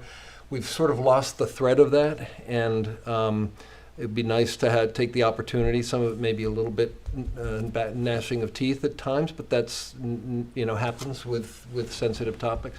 But it'd be nice to have the opportunity to have a dialogue on this topic and get back to a more shared consensus on the value and the need and the importance of a historic district. I really don't question that value. I would like to assure you that we're not being anti-transparency. This is a board that we appointed, this architect review board, and we entrusted them with certain obligations, and we're asking them to do their job, and they're not ready. It's like you wrote a term paper and you weren't ready to turn it in. That's what's going on. They're working on the report. So there's nothing nefarious going on, and it is not a transparency issue. We're waiting, like everybody else is, to hear what this report says. I think it's that simple. No, but I know, just like. Ma'am, you can't really speak from the audience. Yeah, but I think we've covered this topic, really. Yeah. So, again, we will discuss this at the work session, and then, as Rob said, I anticipate that we will have a public hearing about more of this on the meeting on December 11th. All right, any other comments? Sheila Pfeiffer, please come forward.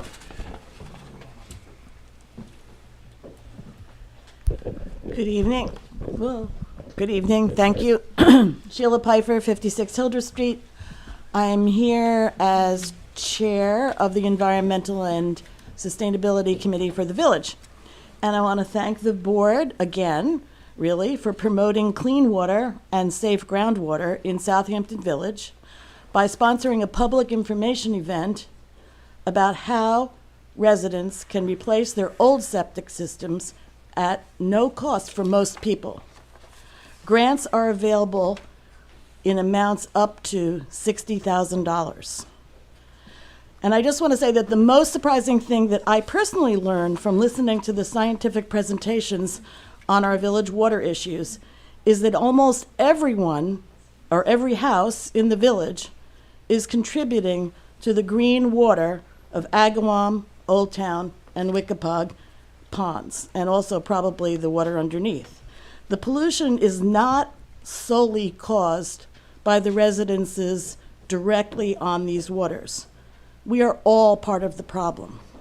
So, everyone is invited to the Southampton Cultural Center on Saturday, November 22nd at 2 p.m. for all the details about the science, the technology, and most important of all, the money that is available for installing low nitrogen septic systems. Sorry, and there will be cookies. Thank you. Thank you, Sheila. Thank you, Sheila. Any other people for public comment? Sage, you have anyone on Zoom? No. Okay. All right. Well, then I think we'll go on to suggested resolutions. Len, do you want to start off? Number one, resolve the claims for the warrant dated November 13, 2025, totaling $740,163.46. Warrant number A12, general, $213,229.28. Warrant number H6, capital, $14,500. Warrant number CS3, trust, $3,017.15. Warrant number T11, trust, and $9,468.08. Warrant number A13, utilities, are audited and approved. I'll make the motion. Second. All in favor? Aye. Number two, resolve the reading of the minutes for the October 21st, 2025 Board of Trustee meeting is dispensed, accepted as filed by the village clerk, hereby ratified and approved. I'll make that motion. Second. All in favor? Aye. All right. Whereas the Board of Trustees of the Village of Southampton is considering amending Chapter 110 of the Village Code of Southampton by updating the schedules related to stop intersections, 110-37, Schedule F, and whereas a public hearing was held by the Village Board on November 13, 2025, at which time all persons either for or against said amendment were heard, now therefore be it resolved, local law number 12 of 2025 is hereby adopted. I'll make the motion. Second. All in favor? Aye. Whereas the Board of Trustees of the Village of Southampton is considering amending Chapter 99 of the Village Code of Southampton, Taxation, to provide a tax exemption for Southampton Village Ocean Rescue members, as authorized by Section 466M of the New York Real Property Tax Law. And whereas a public hearing was held by the Village Board on November 13th, 2025, at which time all persons either for or against said amendment were heard. And whereas the Board of Trustees of the Village of Southampton has determined that this proposed local law is considered a Type 2 action under 6 NYCRR Part 617.5 provisions of the New York State Environmental Quality Review Act, and that no further review under New York Environmental Conservation Law Article 8 is necessary. Now, therefore, be it resolved, Local Law Number 13 of 2025 is hereby adopted. I make that motion. I'll second. A discussion? Oh, yeah. Just a quick comment. It's probably implied in the New York State Real Property Tax Law, but could we put the word partial before tax exemption, just for clarity's sake, in this resolution? Would anyone object to that? It's not a full tax exemption right there. How is it written? Well, you don't have to use the No. word partial because the law says it's Defines 10%. It defines it. Okay, yeah. all right, that's fine. Okay, thank you. All right, so we have a motion and a second. All in favor? Aye. Any opposed? Okay, Eileen, do you want to take this one? Whereas the Board of Trustees of the Village of Southampton has determined that this proposed local law is considered a Type 2 action under 6 New York Code of Rules and Regulations, Part 617.5C22 of the New York State Environmental Quality Review Act, and that no further review under New York Environmental Conservation Law Article 8 is necessary, now therefore be it resolved that the Village Board hereby directs that a public hearing shall be held as a hybrid in-person Zoom meeting on December 11th, 2025 at 6 p.m. at the Village Meeting Room at Southampton Village Hall located at 23 Main Street, Southampton, New York, 11968, to hear any and all persons either for or against a proposed local law entitled A Local Law Amending Chapter 80-1D of the Village Code, Ocean Beach Regulations Enumerated, by limiting and controlling certain beach driving in accordance with the settlement terms of Johnson et al. Versus the Village of Southampton et al. That is your motion, just so you know that this legislation will, this change is required so that we can comply with the settlement we reached in the Johnson beach driving case that was ongoing for decades in this village. So it just changes the number of cars that can be down on that particular beach, the hours that they can be there. It's codifying the stipulation of Correct. in the agreement. Right, because even though we entered the agreement, we couldn't enforce it against motorists until we changed the code. So that's what this is about. This will be changing the code Right. so that it will be in place by the spring, next, right. yeah, by the spring, when the people may go back down onto the beach. So we heard that, so I'll make the motion. Is there a second? Second. All in favor? Aye. Any opposed? Okay. Number 6, resolve the Board of Trustees hereby approves the application submission for the 2026 Community Development Block Grant for Southampton Daycare Center and Heart of the Hamptons, and authorizes the mayor or designee to execute any documentation that may be required regarding the allocation of received funds. I'll make that motion. I'll second it. All in favor? Aye. Okay. Whereas the Village of Southampton is installing a new comfort station at Moses Park and has determined that the installation of an innovative alternative IA sanitary system is necessary to support the project, and whereas LKMA Engineering has prepared detailed bid specifications for the Moses Lane Park IA sanitary system project, and whereas the project is proposed to be publicly bid, with bid documents available beginning Friday, November 14th, 2025, and bids due on Wednesday, December 3rd, 2025 at 2 p.m., now therefore be it resolved, the office of the village clerk is hereby authorized and directed to advertise for public bid as follows. Notice to bidders. Take notice that sealed bids will be received by the office of the village clerk of the Village of Southampton at Village Hall, 23 Main Street, Southampton, New York, 11968, on Wednesday, December 3rd, 2025, at 2 p.m. prevailing time, at which time and place they will be publicly opened and read aloud for Moses Lane IA sanitary system. A pre-bid meeting will be held at 10 a.m. on Wednesday, November 26, 2025, at the project site, located at 248 Moses Lane, Southampton, New York.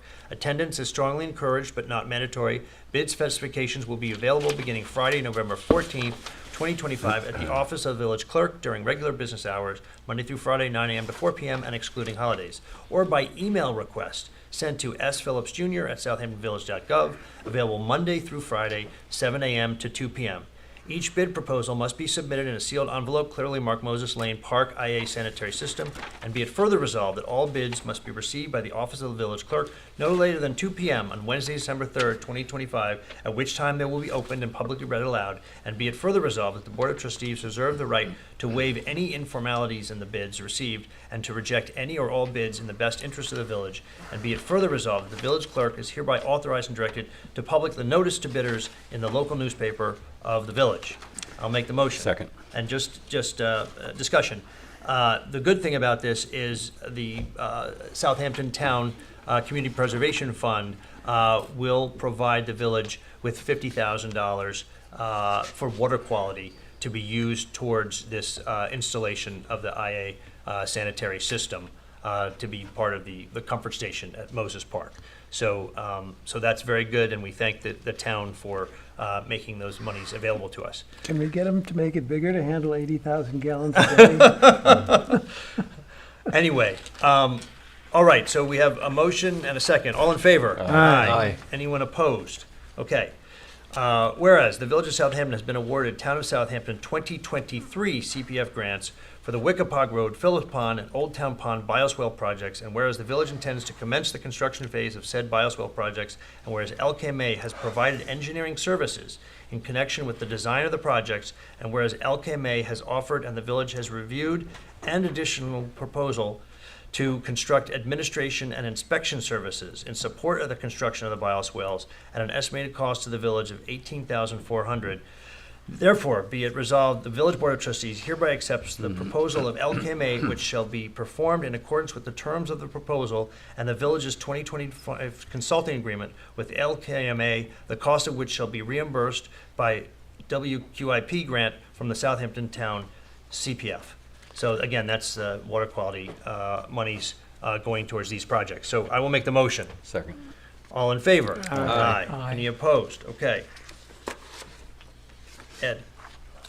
Whereas the village is considering a project which would realign Pond Lane within the existing right-of-way westerly to the greatest extent possible while allowing for a pedestrian thoroughfare with a visual vista to Lake Agawam. And whereas the plan would include improved roadway drainage with a bioswale on the west side of Pond Lane and would elevate the east side of Pond Lane so that it is higher than the west side, thereby preventing overland discharges from the roadway onto Lake Agawam. And whereas village consultant LKMA has offered and the village has reviewed a proposal to prepare required surveying and mapping as well as preliminary design plans and permitting for the project, now therefore be it resolved, the Board of Trustees accepts the proposal of LKMA for surveying, engineering, design, and permitting services in connection with the Pond Lane reconstruction, which shall be performed in accordance with the term of the proposal and the village 2025 consulting agreement with LKMA at a cost not to exceed $49,370, with the understanding that the proposal does not include costs for construction administration and inspection services, which shall be determined once plans are complete and construction bid is accepted. I make a motion. Second. All in favor? Discussion? Oh, yeah. So if I'm reading this correctly, what they will deliver to us is a fully designed and engineered and permitted project ready for then someone else to construct and administer. Correct. Is that correct? And Okay. it is also including, what do you call it? I'm sorry. I'm thinking, a site plan. What do you?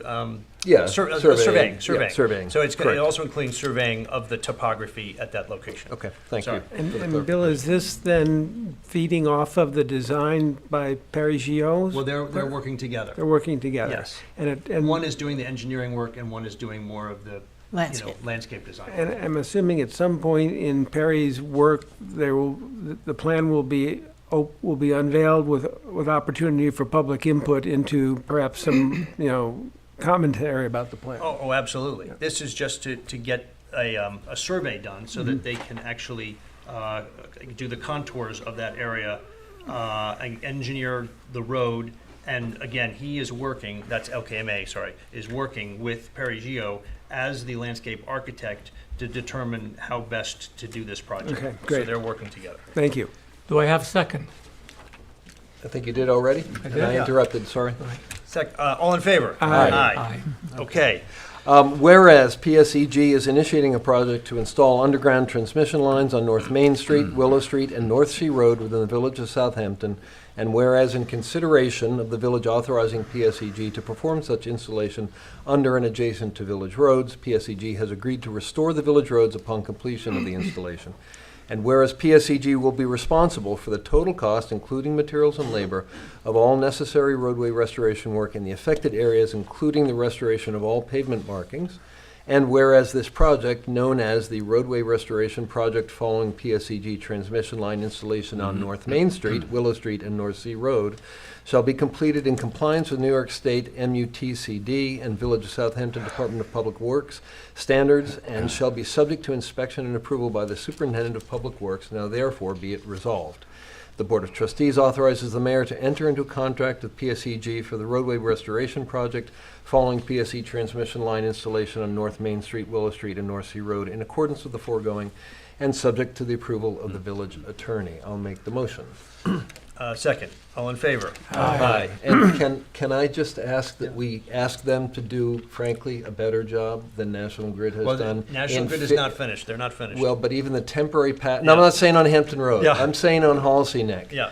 The patching that was done there are 4 to 8 inch deep potholes right in the tire lane, and it's a hazard, actually. I don't know if the chief recognizes this, but we're gonna get sued for damages or get claims for busted tires. It's that bad. Anyway, I hope Sending they it do a to better National job on Grid. this project of Yeah. putting it all back together.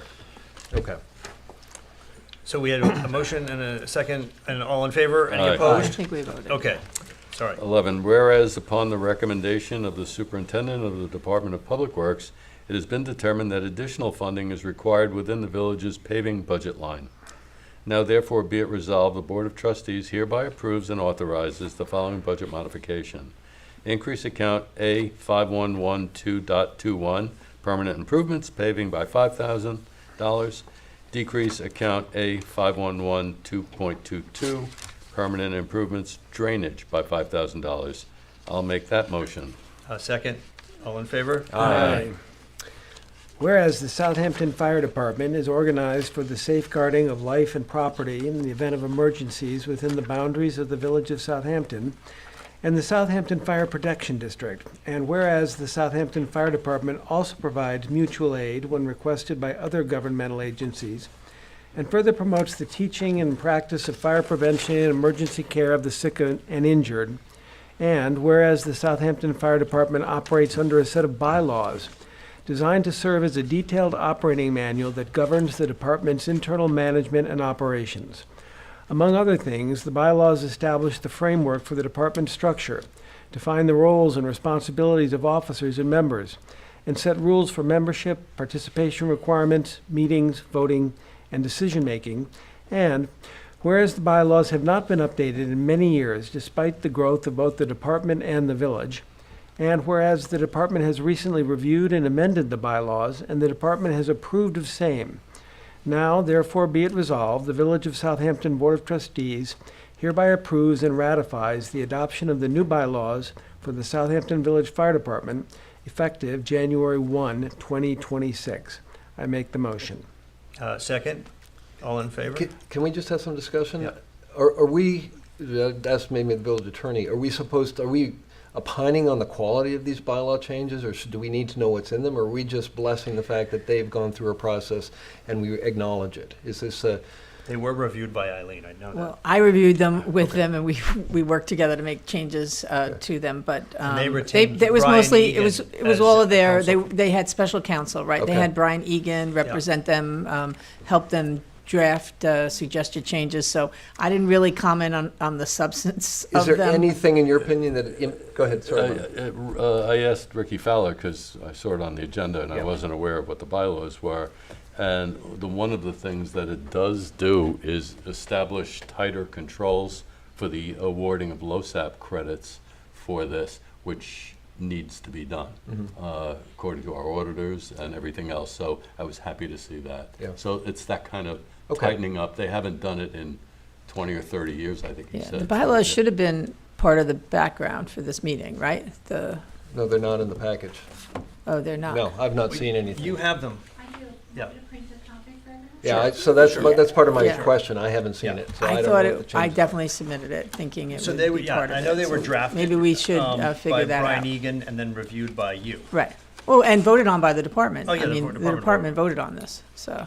They have to pass it to us, though, just the way we confirm their chiefs in January. Right. We have to obviously confirm their bylaws once they've established. Well, I want to go on the record. It sounds like this process has been well done, but if we're asked to vote on something, I felt I was operating in a bit of a vacuum. I So- agree with you, but I think we need to address that issue, why it didn't get into the background material here. So it should have been for you. So we'll Yeah. make sure that happens. Okay, we have a motion and a second. All in favor? Aye. Anyone opposed? Okay. Scott, we were going to ask Whereas you to the do this village, one. a village employee was involved in a motor vehicle accident resulting in a claim for damages totaling $140.95. And whereas while the claimant may have some comparable liability for the accident, the village board of trustees believes it is in the public interest to settle this matter. Now therefore be it resolved that the board of trustees authorizes the village administrator to execute any documents necessary to resolve the matter by payment to the claimant, Rufus Meeker, in the amount of $140.95. All right. I'll make the motion. I'll second it. Any discussion? Do you want to say anything more, Scott? No, it's just, to be perfectly candid, it's an unfortunate incident between both parties. It's a matter of resolution. I think it's fair for all sides. Okay. So you have a motion and a second. All in favor? Aye. Anyone opposed? All right.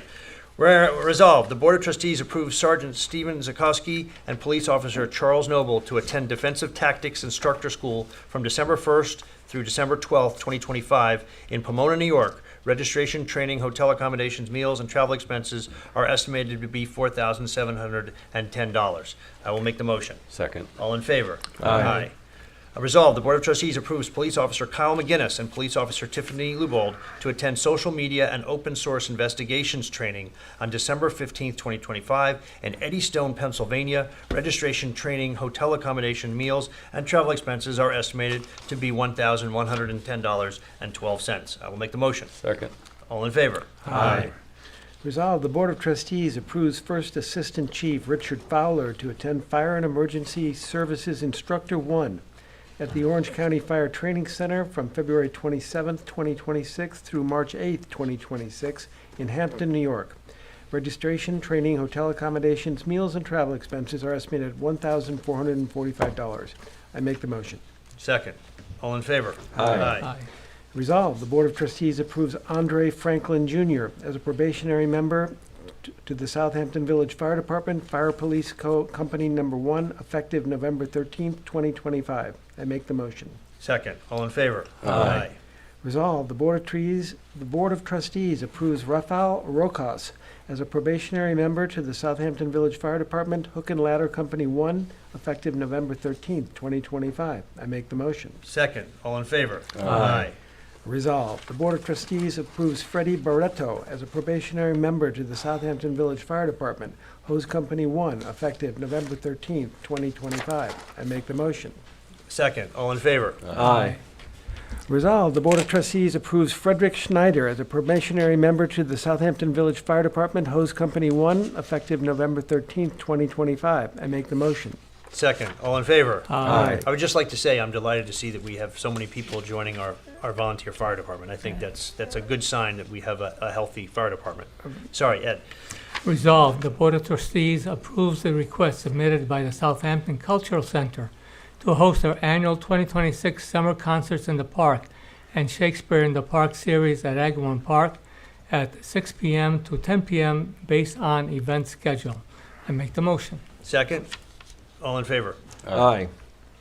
Resolved, the Board of Trustees approves the save the date for the Ellen Hermanson Foundation to host its 31st annual Ellen's Run on Sunday, August 16th, 2026 at 6:30 a.m. to 11:30 a.m. to start and finish at the Southampton Intermediate School. I make the motion. I will second. All in favor? Aye. Excellent. Okay. I'd like to Yeah. make a walk-on motion for a resolution that I'd like to propose. And before doing so, if I can, I just read a statement that I prepared. As trustees, we are responsible under village law 4-412 for the management and oversight of village property, finances, and affairs.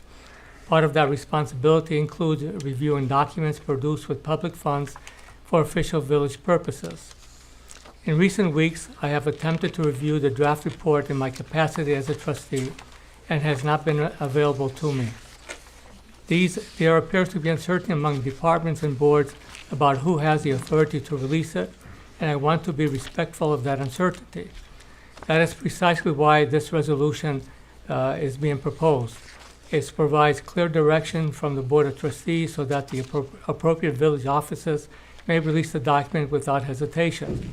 This resolution also reflects the fact that village documents, especially reports funded with public money, are public records under the Freedom of Information Law, Public Officers Law, Chapter 87. FOIL requires the disclosure of factual and statistical data in such reports, even when they are in draft form. Because this report contains maps, surveys, inventories, and other factual findings, it is subject to public review and certainly to trustee review. The Preservation Studios report was also funded by the village grant appropriation approved by this board and is therefore a village record, not the record of any individual board. For these reasons, the board should take the single step of authorizing its release. This ensures transparency, supports our fiduciary obligations, and allows trustees to remain informed about work undertaken in the village names and at its expense. I respectfully ask for the board's support so that the report can be made available through the proper channels in accordance with village law and FOIL. If I can distribute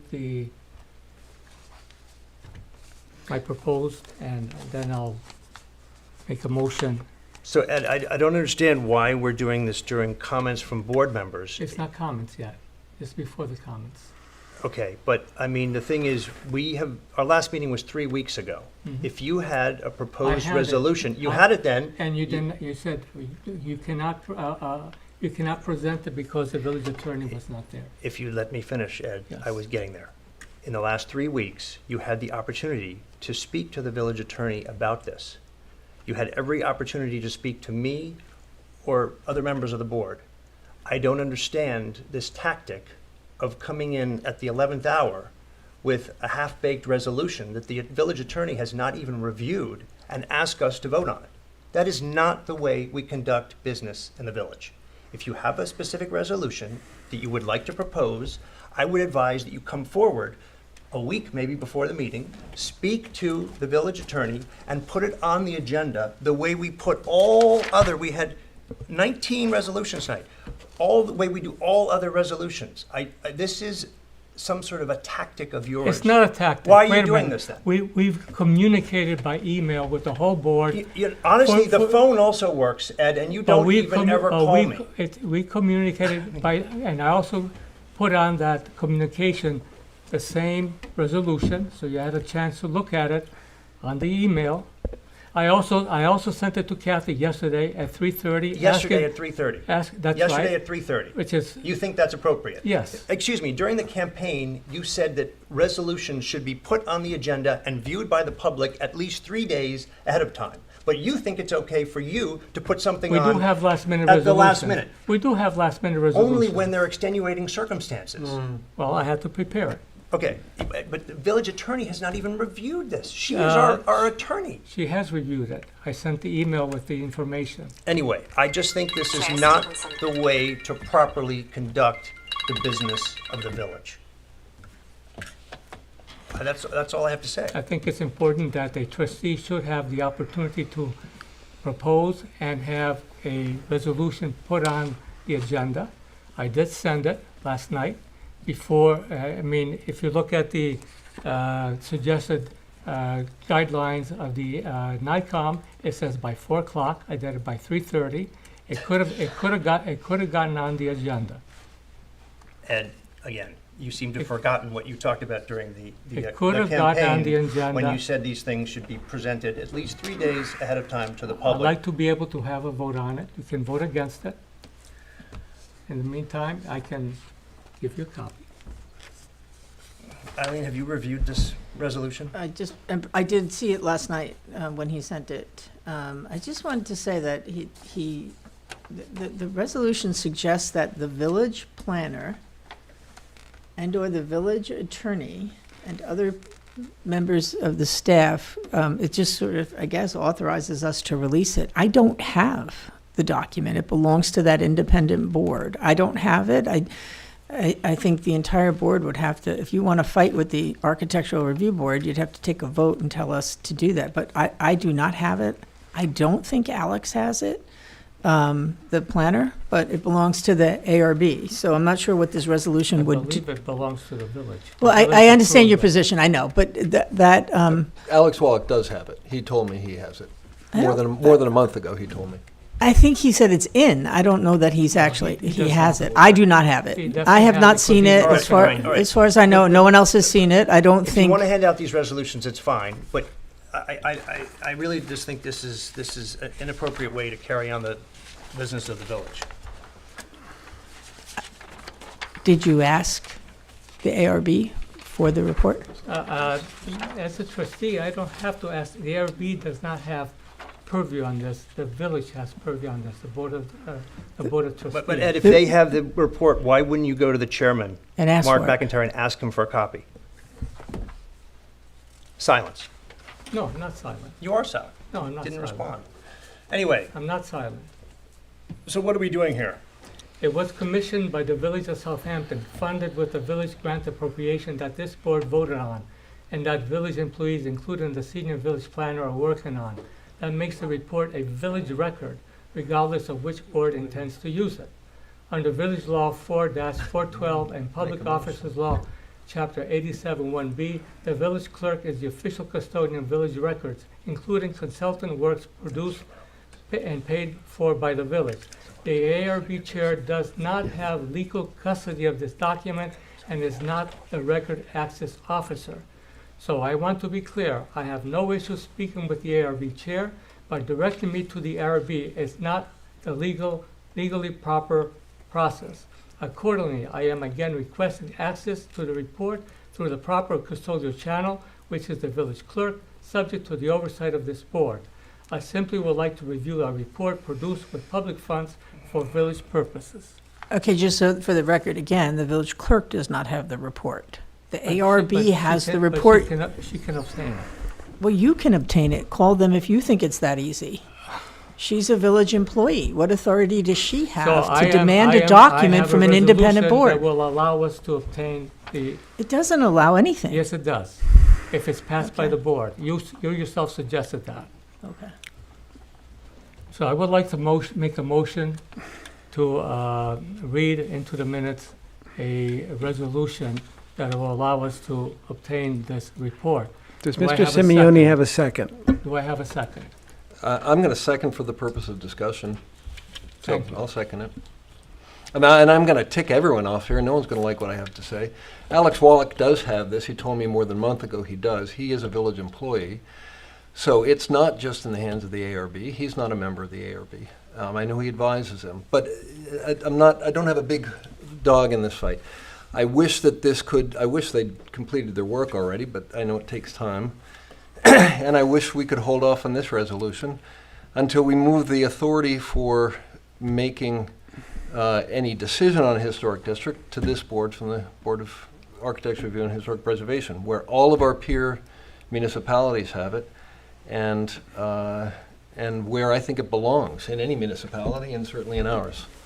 So And I said we can discuss that at the next work session, Yeah. as well as put something on for the Understand. December meeting. So I had a resolution also that I proposed for tonight. I'm not going to bring it up. It was drafted and submitted earlier than Ed's on that other issue. And frankly, with all due respect, Bill, there are things that go on to our walk-on agendas that are not time urgent. They're not. And I don't understand what the criteria are for which ones that go on and which ones don't. I can think- go back and look at some of them, but there are some that we were doing as a courtesy out of respect for other people, out of convenience because we could do it. And it seems a little bit arbitrary to say in this case that it should have been done sooner, because we have set a precedent of allowing it in other cases. The law allows it. It's a pretty common practice. So I don't agree with anyone in this, is the answer. I wouldn't take Ed's tactic, but I agree with his right to put it forward. That's why I seconded it, and to ask us all to take a vote on it and see where we stand. But I think the whole thing has not been handled or managed well, and I hope we do better going forward. That's my comment. I'm sorry to disagree with you. I think it's a contrived issue.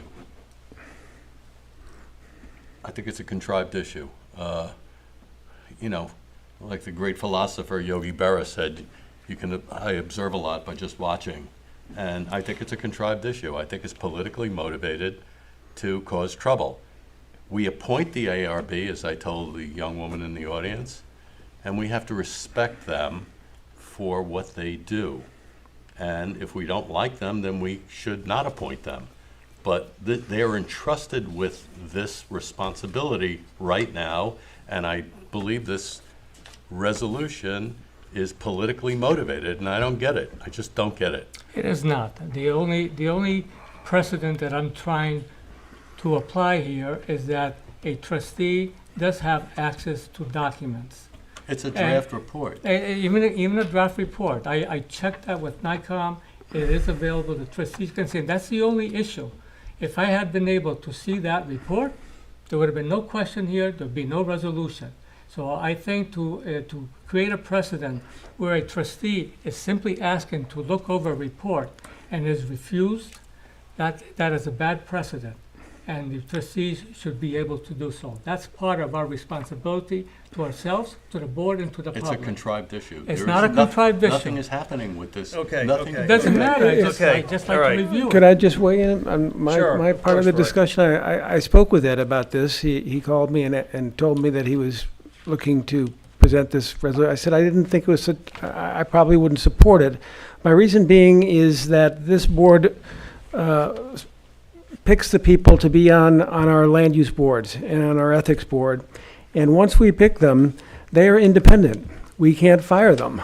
We are not supposed to go weigh in with them about what we think they should do. That would be a violation. So for us to now have the appearance of saying, well, we want to see what you're looking at, I'm not sure if that is a great precedent. And I brought up the example to Ed, recently we had some issues with the ethics board, and a report was done about a serious ethical issue by an independent person. And that report was handled incredibly discreetly. It was finally, after it was finished, brought to us as trustees. We were not allowed to remove the report from the room. We had to read it and then give it back, all because of this issue of confidentiality and allowing the boards to do their work without interference from this board. So, in my opinion, I think I'm going to see the finished report from the ARB when they've finished it. I'm confident that they will distribute it to us. I agree with Trustee Coburn that I would like to see this board be the board that then acts on the recommendation of the ARB to decide what to do with the findings of that report. But I'm confident that in due time, when the report is ready, the ARB will distribute it to me, and I don't think we need to get into getting them to show it to us before they're ready. So I would vote nay on Trustee Simeone's request to pass this resolution. That's fine. I want to see what the votes are. But the Board of Architecture Review and Historic Preservation operates in a quasi-judicial capacity, but its independence in decision-making does not exempt it from oversight or accountability to the village. The Board of Architecture Review was created by local law, Village Code Chapter 65, enacted by the Board of Trustees. The trustees also appropriated the funds that allowed the BARHP to function, including stipends for board members, compensation for its attorney, and funding for this very survey. For that reason, trustees have every right to review the consultant's draft report. Doing so does not interfere with the Board of Architecture Review operations. It simply allows elected officials to stay informed about work performed in the village's name and at its expense. I am not trying to influence or tell the board what to do. I just like to see what's in the report. That's all. It's very simple. Okay. So, Ed, again, I don't understand why we're hearing all of this, here at the end of the meeting, when, again, I think I met with you in my office, the last time I met with you was probably 2 weeks ago. You already had this because you brought this up at the last meeting. Why did you not raise this topic with me and ask me to discuss it with you? We did discuss it. You said you wanted to talk to the ARB first. And I just told you. And you never got back to me on it. No, that's not correct. You never got Not back correct. to me on it. Not correct, Ed. And You the said fact, November 4th, you speak to the chair of the ARB. I did speak to him. And I have told you not that. heard from you. And you know what? I haven't heard from you either, Ed. But I haven't heard But this from is you. not the way. I move that we Again, vote this on is Mr. not the way Simeone's to motion. conduct village business. This is not the way to Well, do it. I made a proposal, have a second. Do we have, You have to take a vote, Bill. take a Okay, vote? what would you like to do? You're saying yes. Just say all in favor. All in favor? Aye. Aye. All against? I'm Nay. abstaining. I'm not voting on this. So we have 2 nays. So the motion Two ayes. failed. All right. Now, we'll go back to our regularly scheduled meeting, which is comments from board members. And, we'll hear from Mr. Coburn. Can I request to have others go first and maybe go closer? Please. Okay, we'll Thank go you. to Mr. Simeone. Well, let me read what the resolution would have said. Oh, my goodness. Whereas the Village of Southampton retained Preservation Studios to prepare an intensive legal historic district review survey, in order to assist an official village board in evaluating potential historic district designations, and whereas the preparation of the survey was funded in whole or in part through a public grant funds that were duly appropriated by the Village Board of Trustees, and whereas the Board of Trustees has a statutory responsibility under New York Village Law 4-412 to manage the property, finances, and affairs of the village, which may include review and oversight of consultant work products prepared at village expense. And whereas trustees must be able to liaise with village employees, departments, and boards in order to remain informed about projects undertaken in the village name and to carry out their fiduciary and policy responsibilities. And whereas the village planner is a village employee directly involved in supervising, coordinating, or reviewing the work product associated with the survey. And whereas the Board of Architectural Review and Historic Preservation, while operating in a quasi-judicial capacity, was established by village code and operates with funding appropriate annually by the Board of Trustees. And whereas a draft survey contains factual data, research findings, and information relevant to village policy and planning, and its review by trustees does not interfere with the Board of Architectural Review independent decision-making, and whereas ensuring that trustees have access to consultant work products enhances transparency, accountability, and informed governance in the best interest of village residents, now therefore be it resolved that the Board of Trustees hereby requests and authorizes the village planner, the Board of Architectural Review and Historic Preservation, and any village department or consultant in possession of the draft Preservation Studios Intensive Level Historic District Survey to release the draft survey to the Board of Trustees for internal review. And be it further resolved that the draft survey shall be treated as an internal working document pending its final acceptance by the Board of Architectural Review, but shall nonetheless be made available to all trustees in their official capacity. That's my comment. Okay, we'll go to Trustee Stevenson. Last Tuesday was Veterans Day, and it was a bitterly cold day for November in Southampton. We gathered at the Presbyterian Church parking lot, and I had a very strange feeling as I walked down Main Street. The band was playing behind, and the people were waving flags, and somewhere in my imagination, I suddenly was transported if I was an 18-year-old kid and had volunteered or been drafted and was heading down to get sworn in and go to basic training and end up someplace with bullets flying at me. And I thought, how crazy young people are to think that this would be great and wonderful and glorious. And then what happens as you live your life is you find out that that wars are really terrible things. And as I walked in and took my seat, and it was really cold, and I thought, I can't complain about this because I'm sitting here in my overcoat, and again, these young kids would be out there with ordnance coming at them, and it would be really cold or really hot or really raining, and I got to sit here for an hour. So, and then this wonderful lady, who I wrote down her name and I forgot it, Joan Fury, got up and it basically seconded everything that was in my brain, because she had been a 22-year-old nurse, 6 months out of nursing school, and volunteered to go to Vietnam, and ended up basically after a few weeks of basic training in the ICU in Pleiku, doing surgery on poor people, poor young men and women who had been horribly injured defending our country and fighting for the nation. And she gave a very wonderful speech, and it was very moving. And I just want to say what that ceremony did. It respects all of our veterans, the ones who came back, and especially those ones who did not.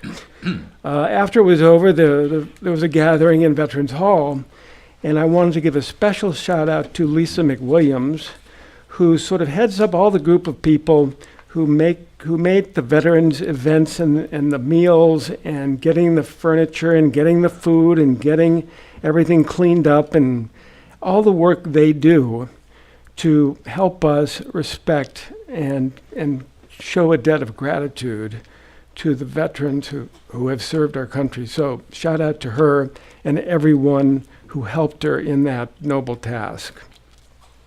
Thank you very much. Thank you, Roy. Trustee Zananti. Thank you, Mayor. On Saturday, November 22nd, from 2 to 3:30 at the Southampton Cultural Center, please join the Village Environmental and Sustainability Committee, chaired by Sheila Pfeiffer, the New York Center for Clean Water Technology, headed by Dr. Chris Gobler, and the Lake Agawam Conservancy for a vital meeting on low nitrogen septic upgrades. Over 3,000 village properties contaminate our groundwater through nitrogen, and Dr. Gobler will explain how this nitrogen fuels harmful algae blooms. You can learn how to access up to $60,000 in tax-free grant funding. Tom Varley from Dr. Gobler's Institute will detail the simple application process. You can look and see from the suppliers, Fuji Clean and Hydro Action. The units will be displayed right in front of the Cultural Center. And there will be a panel including design engineer David Rhodes, Tri-State Serving, and Peter Topping, the Peconic Baykeeper, moderated by Suffolk County Legislator Ann Welker, to discuss and answer all your questions. So it's basically getting free one-on-one assistance at the meeting to complete and submit your grant application immediately. This is an important thing. It's a win-win for individuals and certainly for our water bodies. As I stated earlier, the traffic restriping commenced yesterday, and we expect the pilot to be permanentized on November 17th, next Monday, and we look forward to the benefits that we hope will bring the village, even in the short term. Trustee Coburn. Veterans Day was incredibly touching. Joan Fury gave an incredible speech.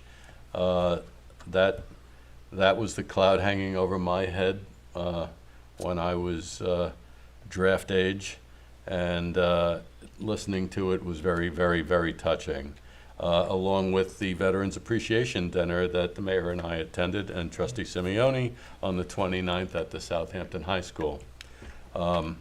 And lastly, I attended on the 2nd of November the Southampton Artists fundraiser at the Cultural Center for the Heart of the Hamptons. And I bought a wonderful photograph and was happy to be contributing to the Heart of the Hamptons and the Southampton Artists Association.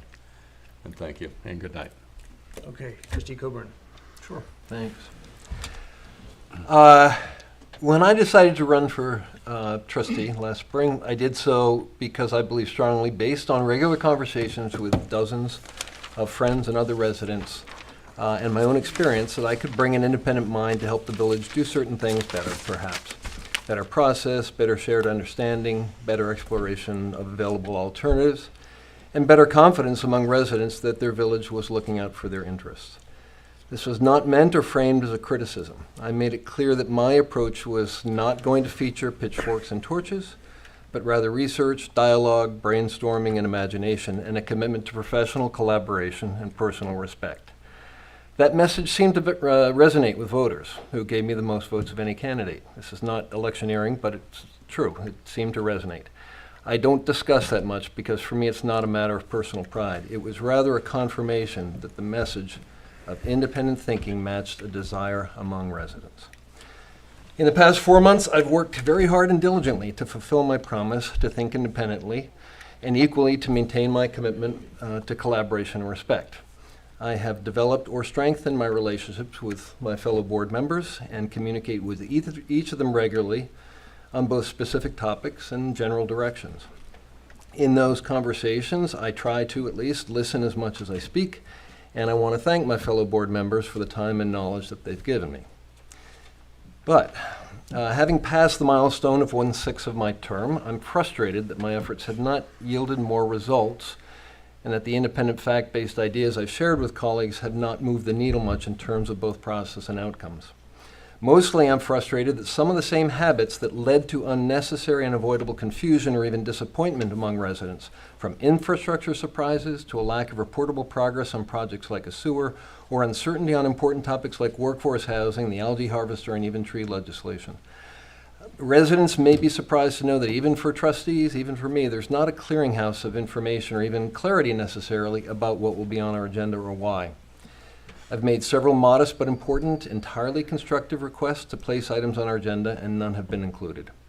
I've requested that the village follow its own law with respect to things like ARB review of landscaping plans for village properties in the historic district, that we slow certain actions down to provide more time for public review and input, provide more information and context on the potential timing and impacts of installing a sewer, and even suggested that we add an open topic segment to our meetings where we can have more casual, open-ended discussions on these topics and more, without the shadow of a specific option or resolution hanging over our heads. To date, all of these ideas have basically been received with polite expressions of intention to incorporate them in some form, but ultimately with a lack of follow-through that, whether intentional or unintentional or deliberate, has effectively killed them behind the scenes. It shouldn't be the case that I should have, even once, have to remind other officials that landscaping projects known to them in the historic district require ARB review.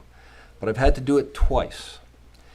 What's been more disappointing is the very clear feedback I've received that by doing my duty and helping them to do theirs, I'm somehow the skunk at the picnic and shouldn't meddle or upset the apple cart. It's not an appropriate reaction to a gentle reminder that we need to faithfully execute and abide by our own laws. And it's an insult to the very purpose of those laws, which is to ensure public review and input. This is too bad, because in addition to residents telling me they still expect progress on these matters, I've also heard from a number of village employees who also believe that the process of how issues arise are discussed and presented to the public for review and input seems in need of improvement. I've personally attended nearly 200 municipal board meetings over the past 30 years on the East End, including more than 100 in Sag Harbor, Shelter Island, and East Hampton, presenting at most of those. And that's given me the opportunity to observe how they work. And sadly, I agree with the residents and employees that they're onto something. Don't get me wrong, I'm very proud of our village and I have great respect for our board. And our village and much of what we do is superior to our neighbors, in my opinion. But on this topic of fulsome, transparent, imaginative, and respectful dialogue by and among the board, among its members and with the public, we fall noticeably short, in my experience, of our neighbors. I'll take my share of responsibility for those shortcomings for the time I've been here, and just say we need to do better, and we can. I'm still committed to making that happen and to working with anyone on this board or in the community to make progress.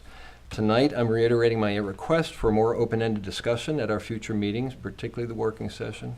I'm politely and constructively requesting more regular briefings on sewer, workforce housing options, and other key topics. And I'm giving notice that I will raise my hand more often in these meetings to seek the clarifications and dive into certain details that I know the public wants and deserves.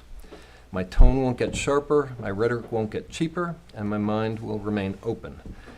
But I'll be more persistent and insistent that we conduct ourselves in all matters, especially in these important public settings, in a manner more consistent with the oath we all took to faithfully execute the laws and to fulfill our roles as stewards, fiduciaries, and trustees of the public interest. And I thank you for listening. Okay, thank you, Ms. Coburn. I would just like to add, though, that I did vacate my seat on the sewer committee and put trustee Coburn in that position. So he has been at all of the sewer meetings since he became a trustee. I have not participated in any of those meetings. So I'm not sure how, you're not aware of what's going on with the sewer committee. Anyway. I'm aware of what's going on. That's not what I said. I'm aware of what's going on. You all right. misheard me. All right, I did, yeah. So I'd like to start on happier things in the village. We had the pet parade on October 25th, which was a huge turnout. And I really want to thank Patty Hurley of Little Lucy's on Job's Lane for the effort that she puts into that year after year on her own. And it brings so much joy to people in the village. It brings people into Lake Agawam Park, and it's really a fantastic outpouring of goodwill and good cheer in the heart of the village, all thanks to, again, a store owner who takes this all on herself and has done this for, I believe, over 20 years. So it's very, very impressive. I did attend the Patriots Club dinner at the Southampton High School with Trustee Simeone and Trustee Zananti. We presented some proclamations to a few of the veterans that were being honored. One of them, unfortunately, had to be done posthumously because he had died a short time before the dinner. But we nevertheless made the proclamation to his kin, and they were very glad to be there. Veterans Day, again, was outstanding this year. I think the cold added to it because it showed the commitment to so many village residents and others of coming down and standing in Agawam Park in freezing cold, snow flurries, to listen to a nurse from the Vietnam era speak about her experience. I was completely engaged in what she was saying while we were sitting there, and I know it meant a lot to her that so many people stood in the cold to listen to her speak about her experience. I thought it was outstanding, and that's Southampton at its best, as Trustee Stevenson alluded to in his closing remarks. Also, the Southampton artists, as Trustee Zananti said, had a fundraiser for the Heart of the Hamptons. Again, another charity that really is critical. And again, I appreciate all those who bought some of the works of art. All the works of art were for sale by the Southampton Artists group. And again, the money all went to the Heart of the Hamptons, which was really outstanding. And I do want to remind everyone that we have the Polar Bear Plunge coming up in December, and hopefully we'll see a lot of you down at Cooper's Beach.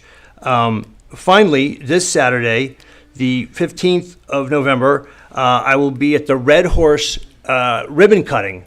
Red Horse is opening where Schmidt's operated for many years, and I've been invited to cut the ribbon to officially open that new store in our village at 11 o'clock on Saturday. On Sunday, I will be traveling, also on Saturday, later that day, I will be traveling to Riverhead with Chief Polis Walker to attend the NAACP luncheon being held in Riverhead. And I was honored to be invited, and glad I can join Chief Polis Walker at that event. So we have been planting a lot of new trees in this village. Perhaps people saw that we actually planted 10 ginkgo trees on Jagger Lane outside of the Stop and Shop. The trees there were in terrible condition. In fact, one of them, when they cut it down, it was completely hollowed through the bottom. You could see all the way to the roots and the dirt. And so it was necessary to remove those trees, but I'm glad that we were able to replant them with 10. Actually, we placed more trees than we took down. 10 ginkgo trees, which are going to be a great yellow color in the fall. And then on Main Street, we planted red maples, again, in the locations where we had some dead and dying trees.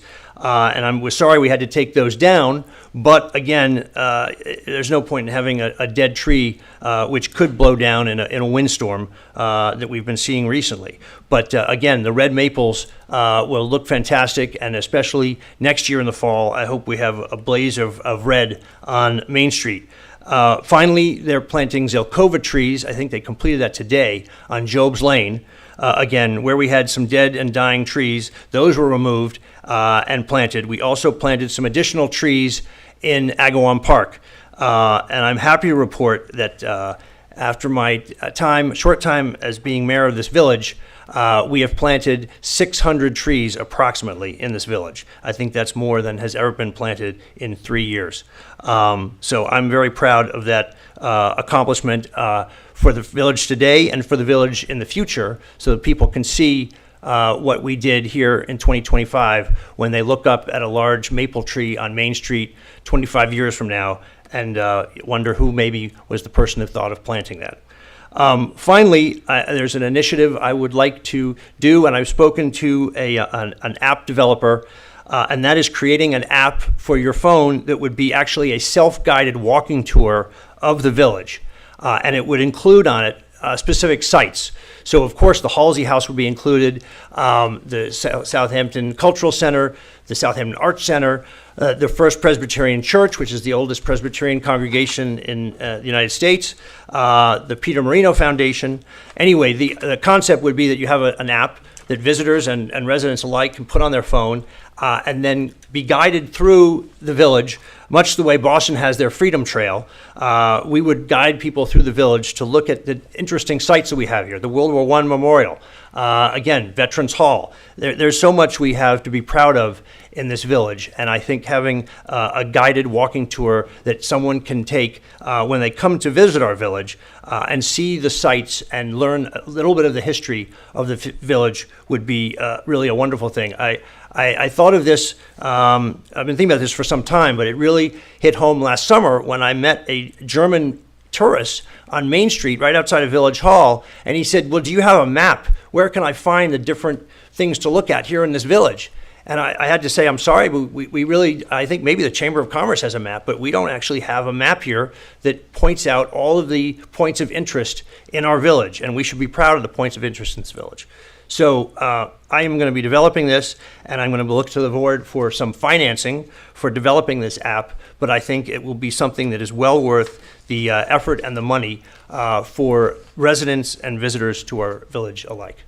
And with that, I will say goodnight, and I think we're going to close this meeting, but we're going to then have some legal advice from our attorney. But I'm told we can close the meeting and don't have to come back. Yeah, we can have a closed session for legal advice. Okay, so we're going to have a closed session for legal advice, but I will make a motion to close this meeting of the Village Board of Trustees. Do I have a second? Second. All in favor? Aye. Thank you. Thank you.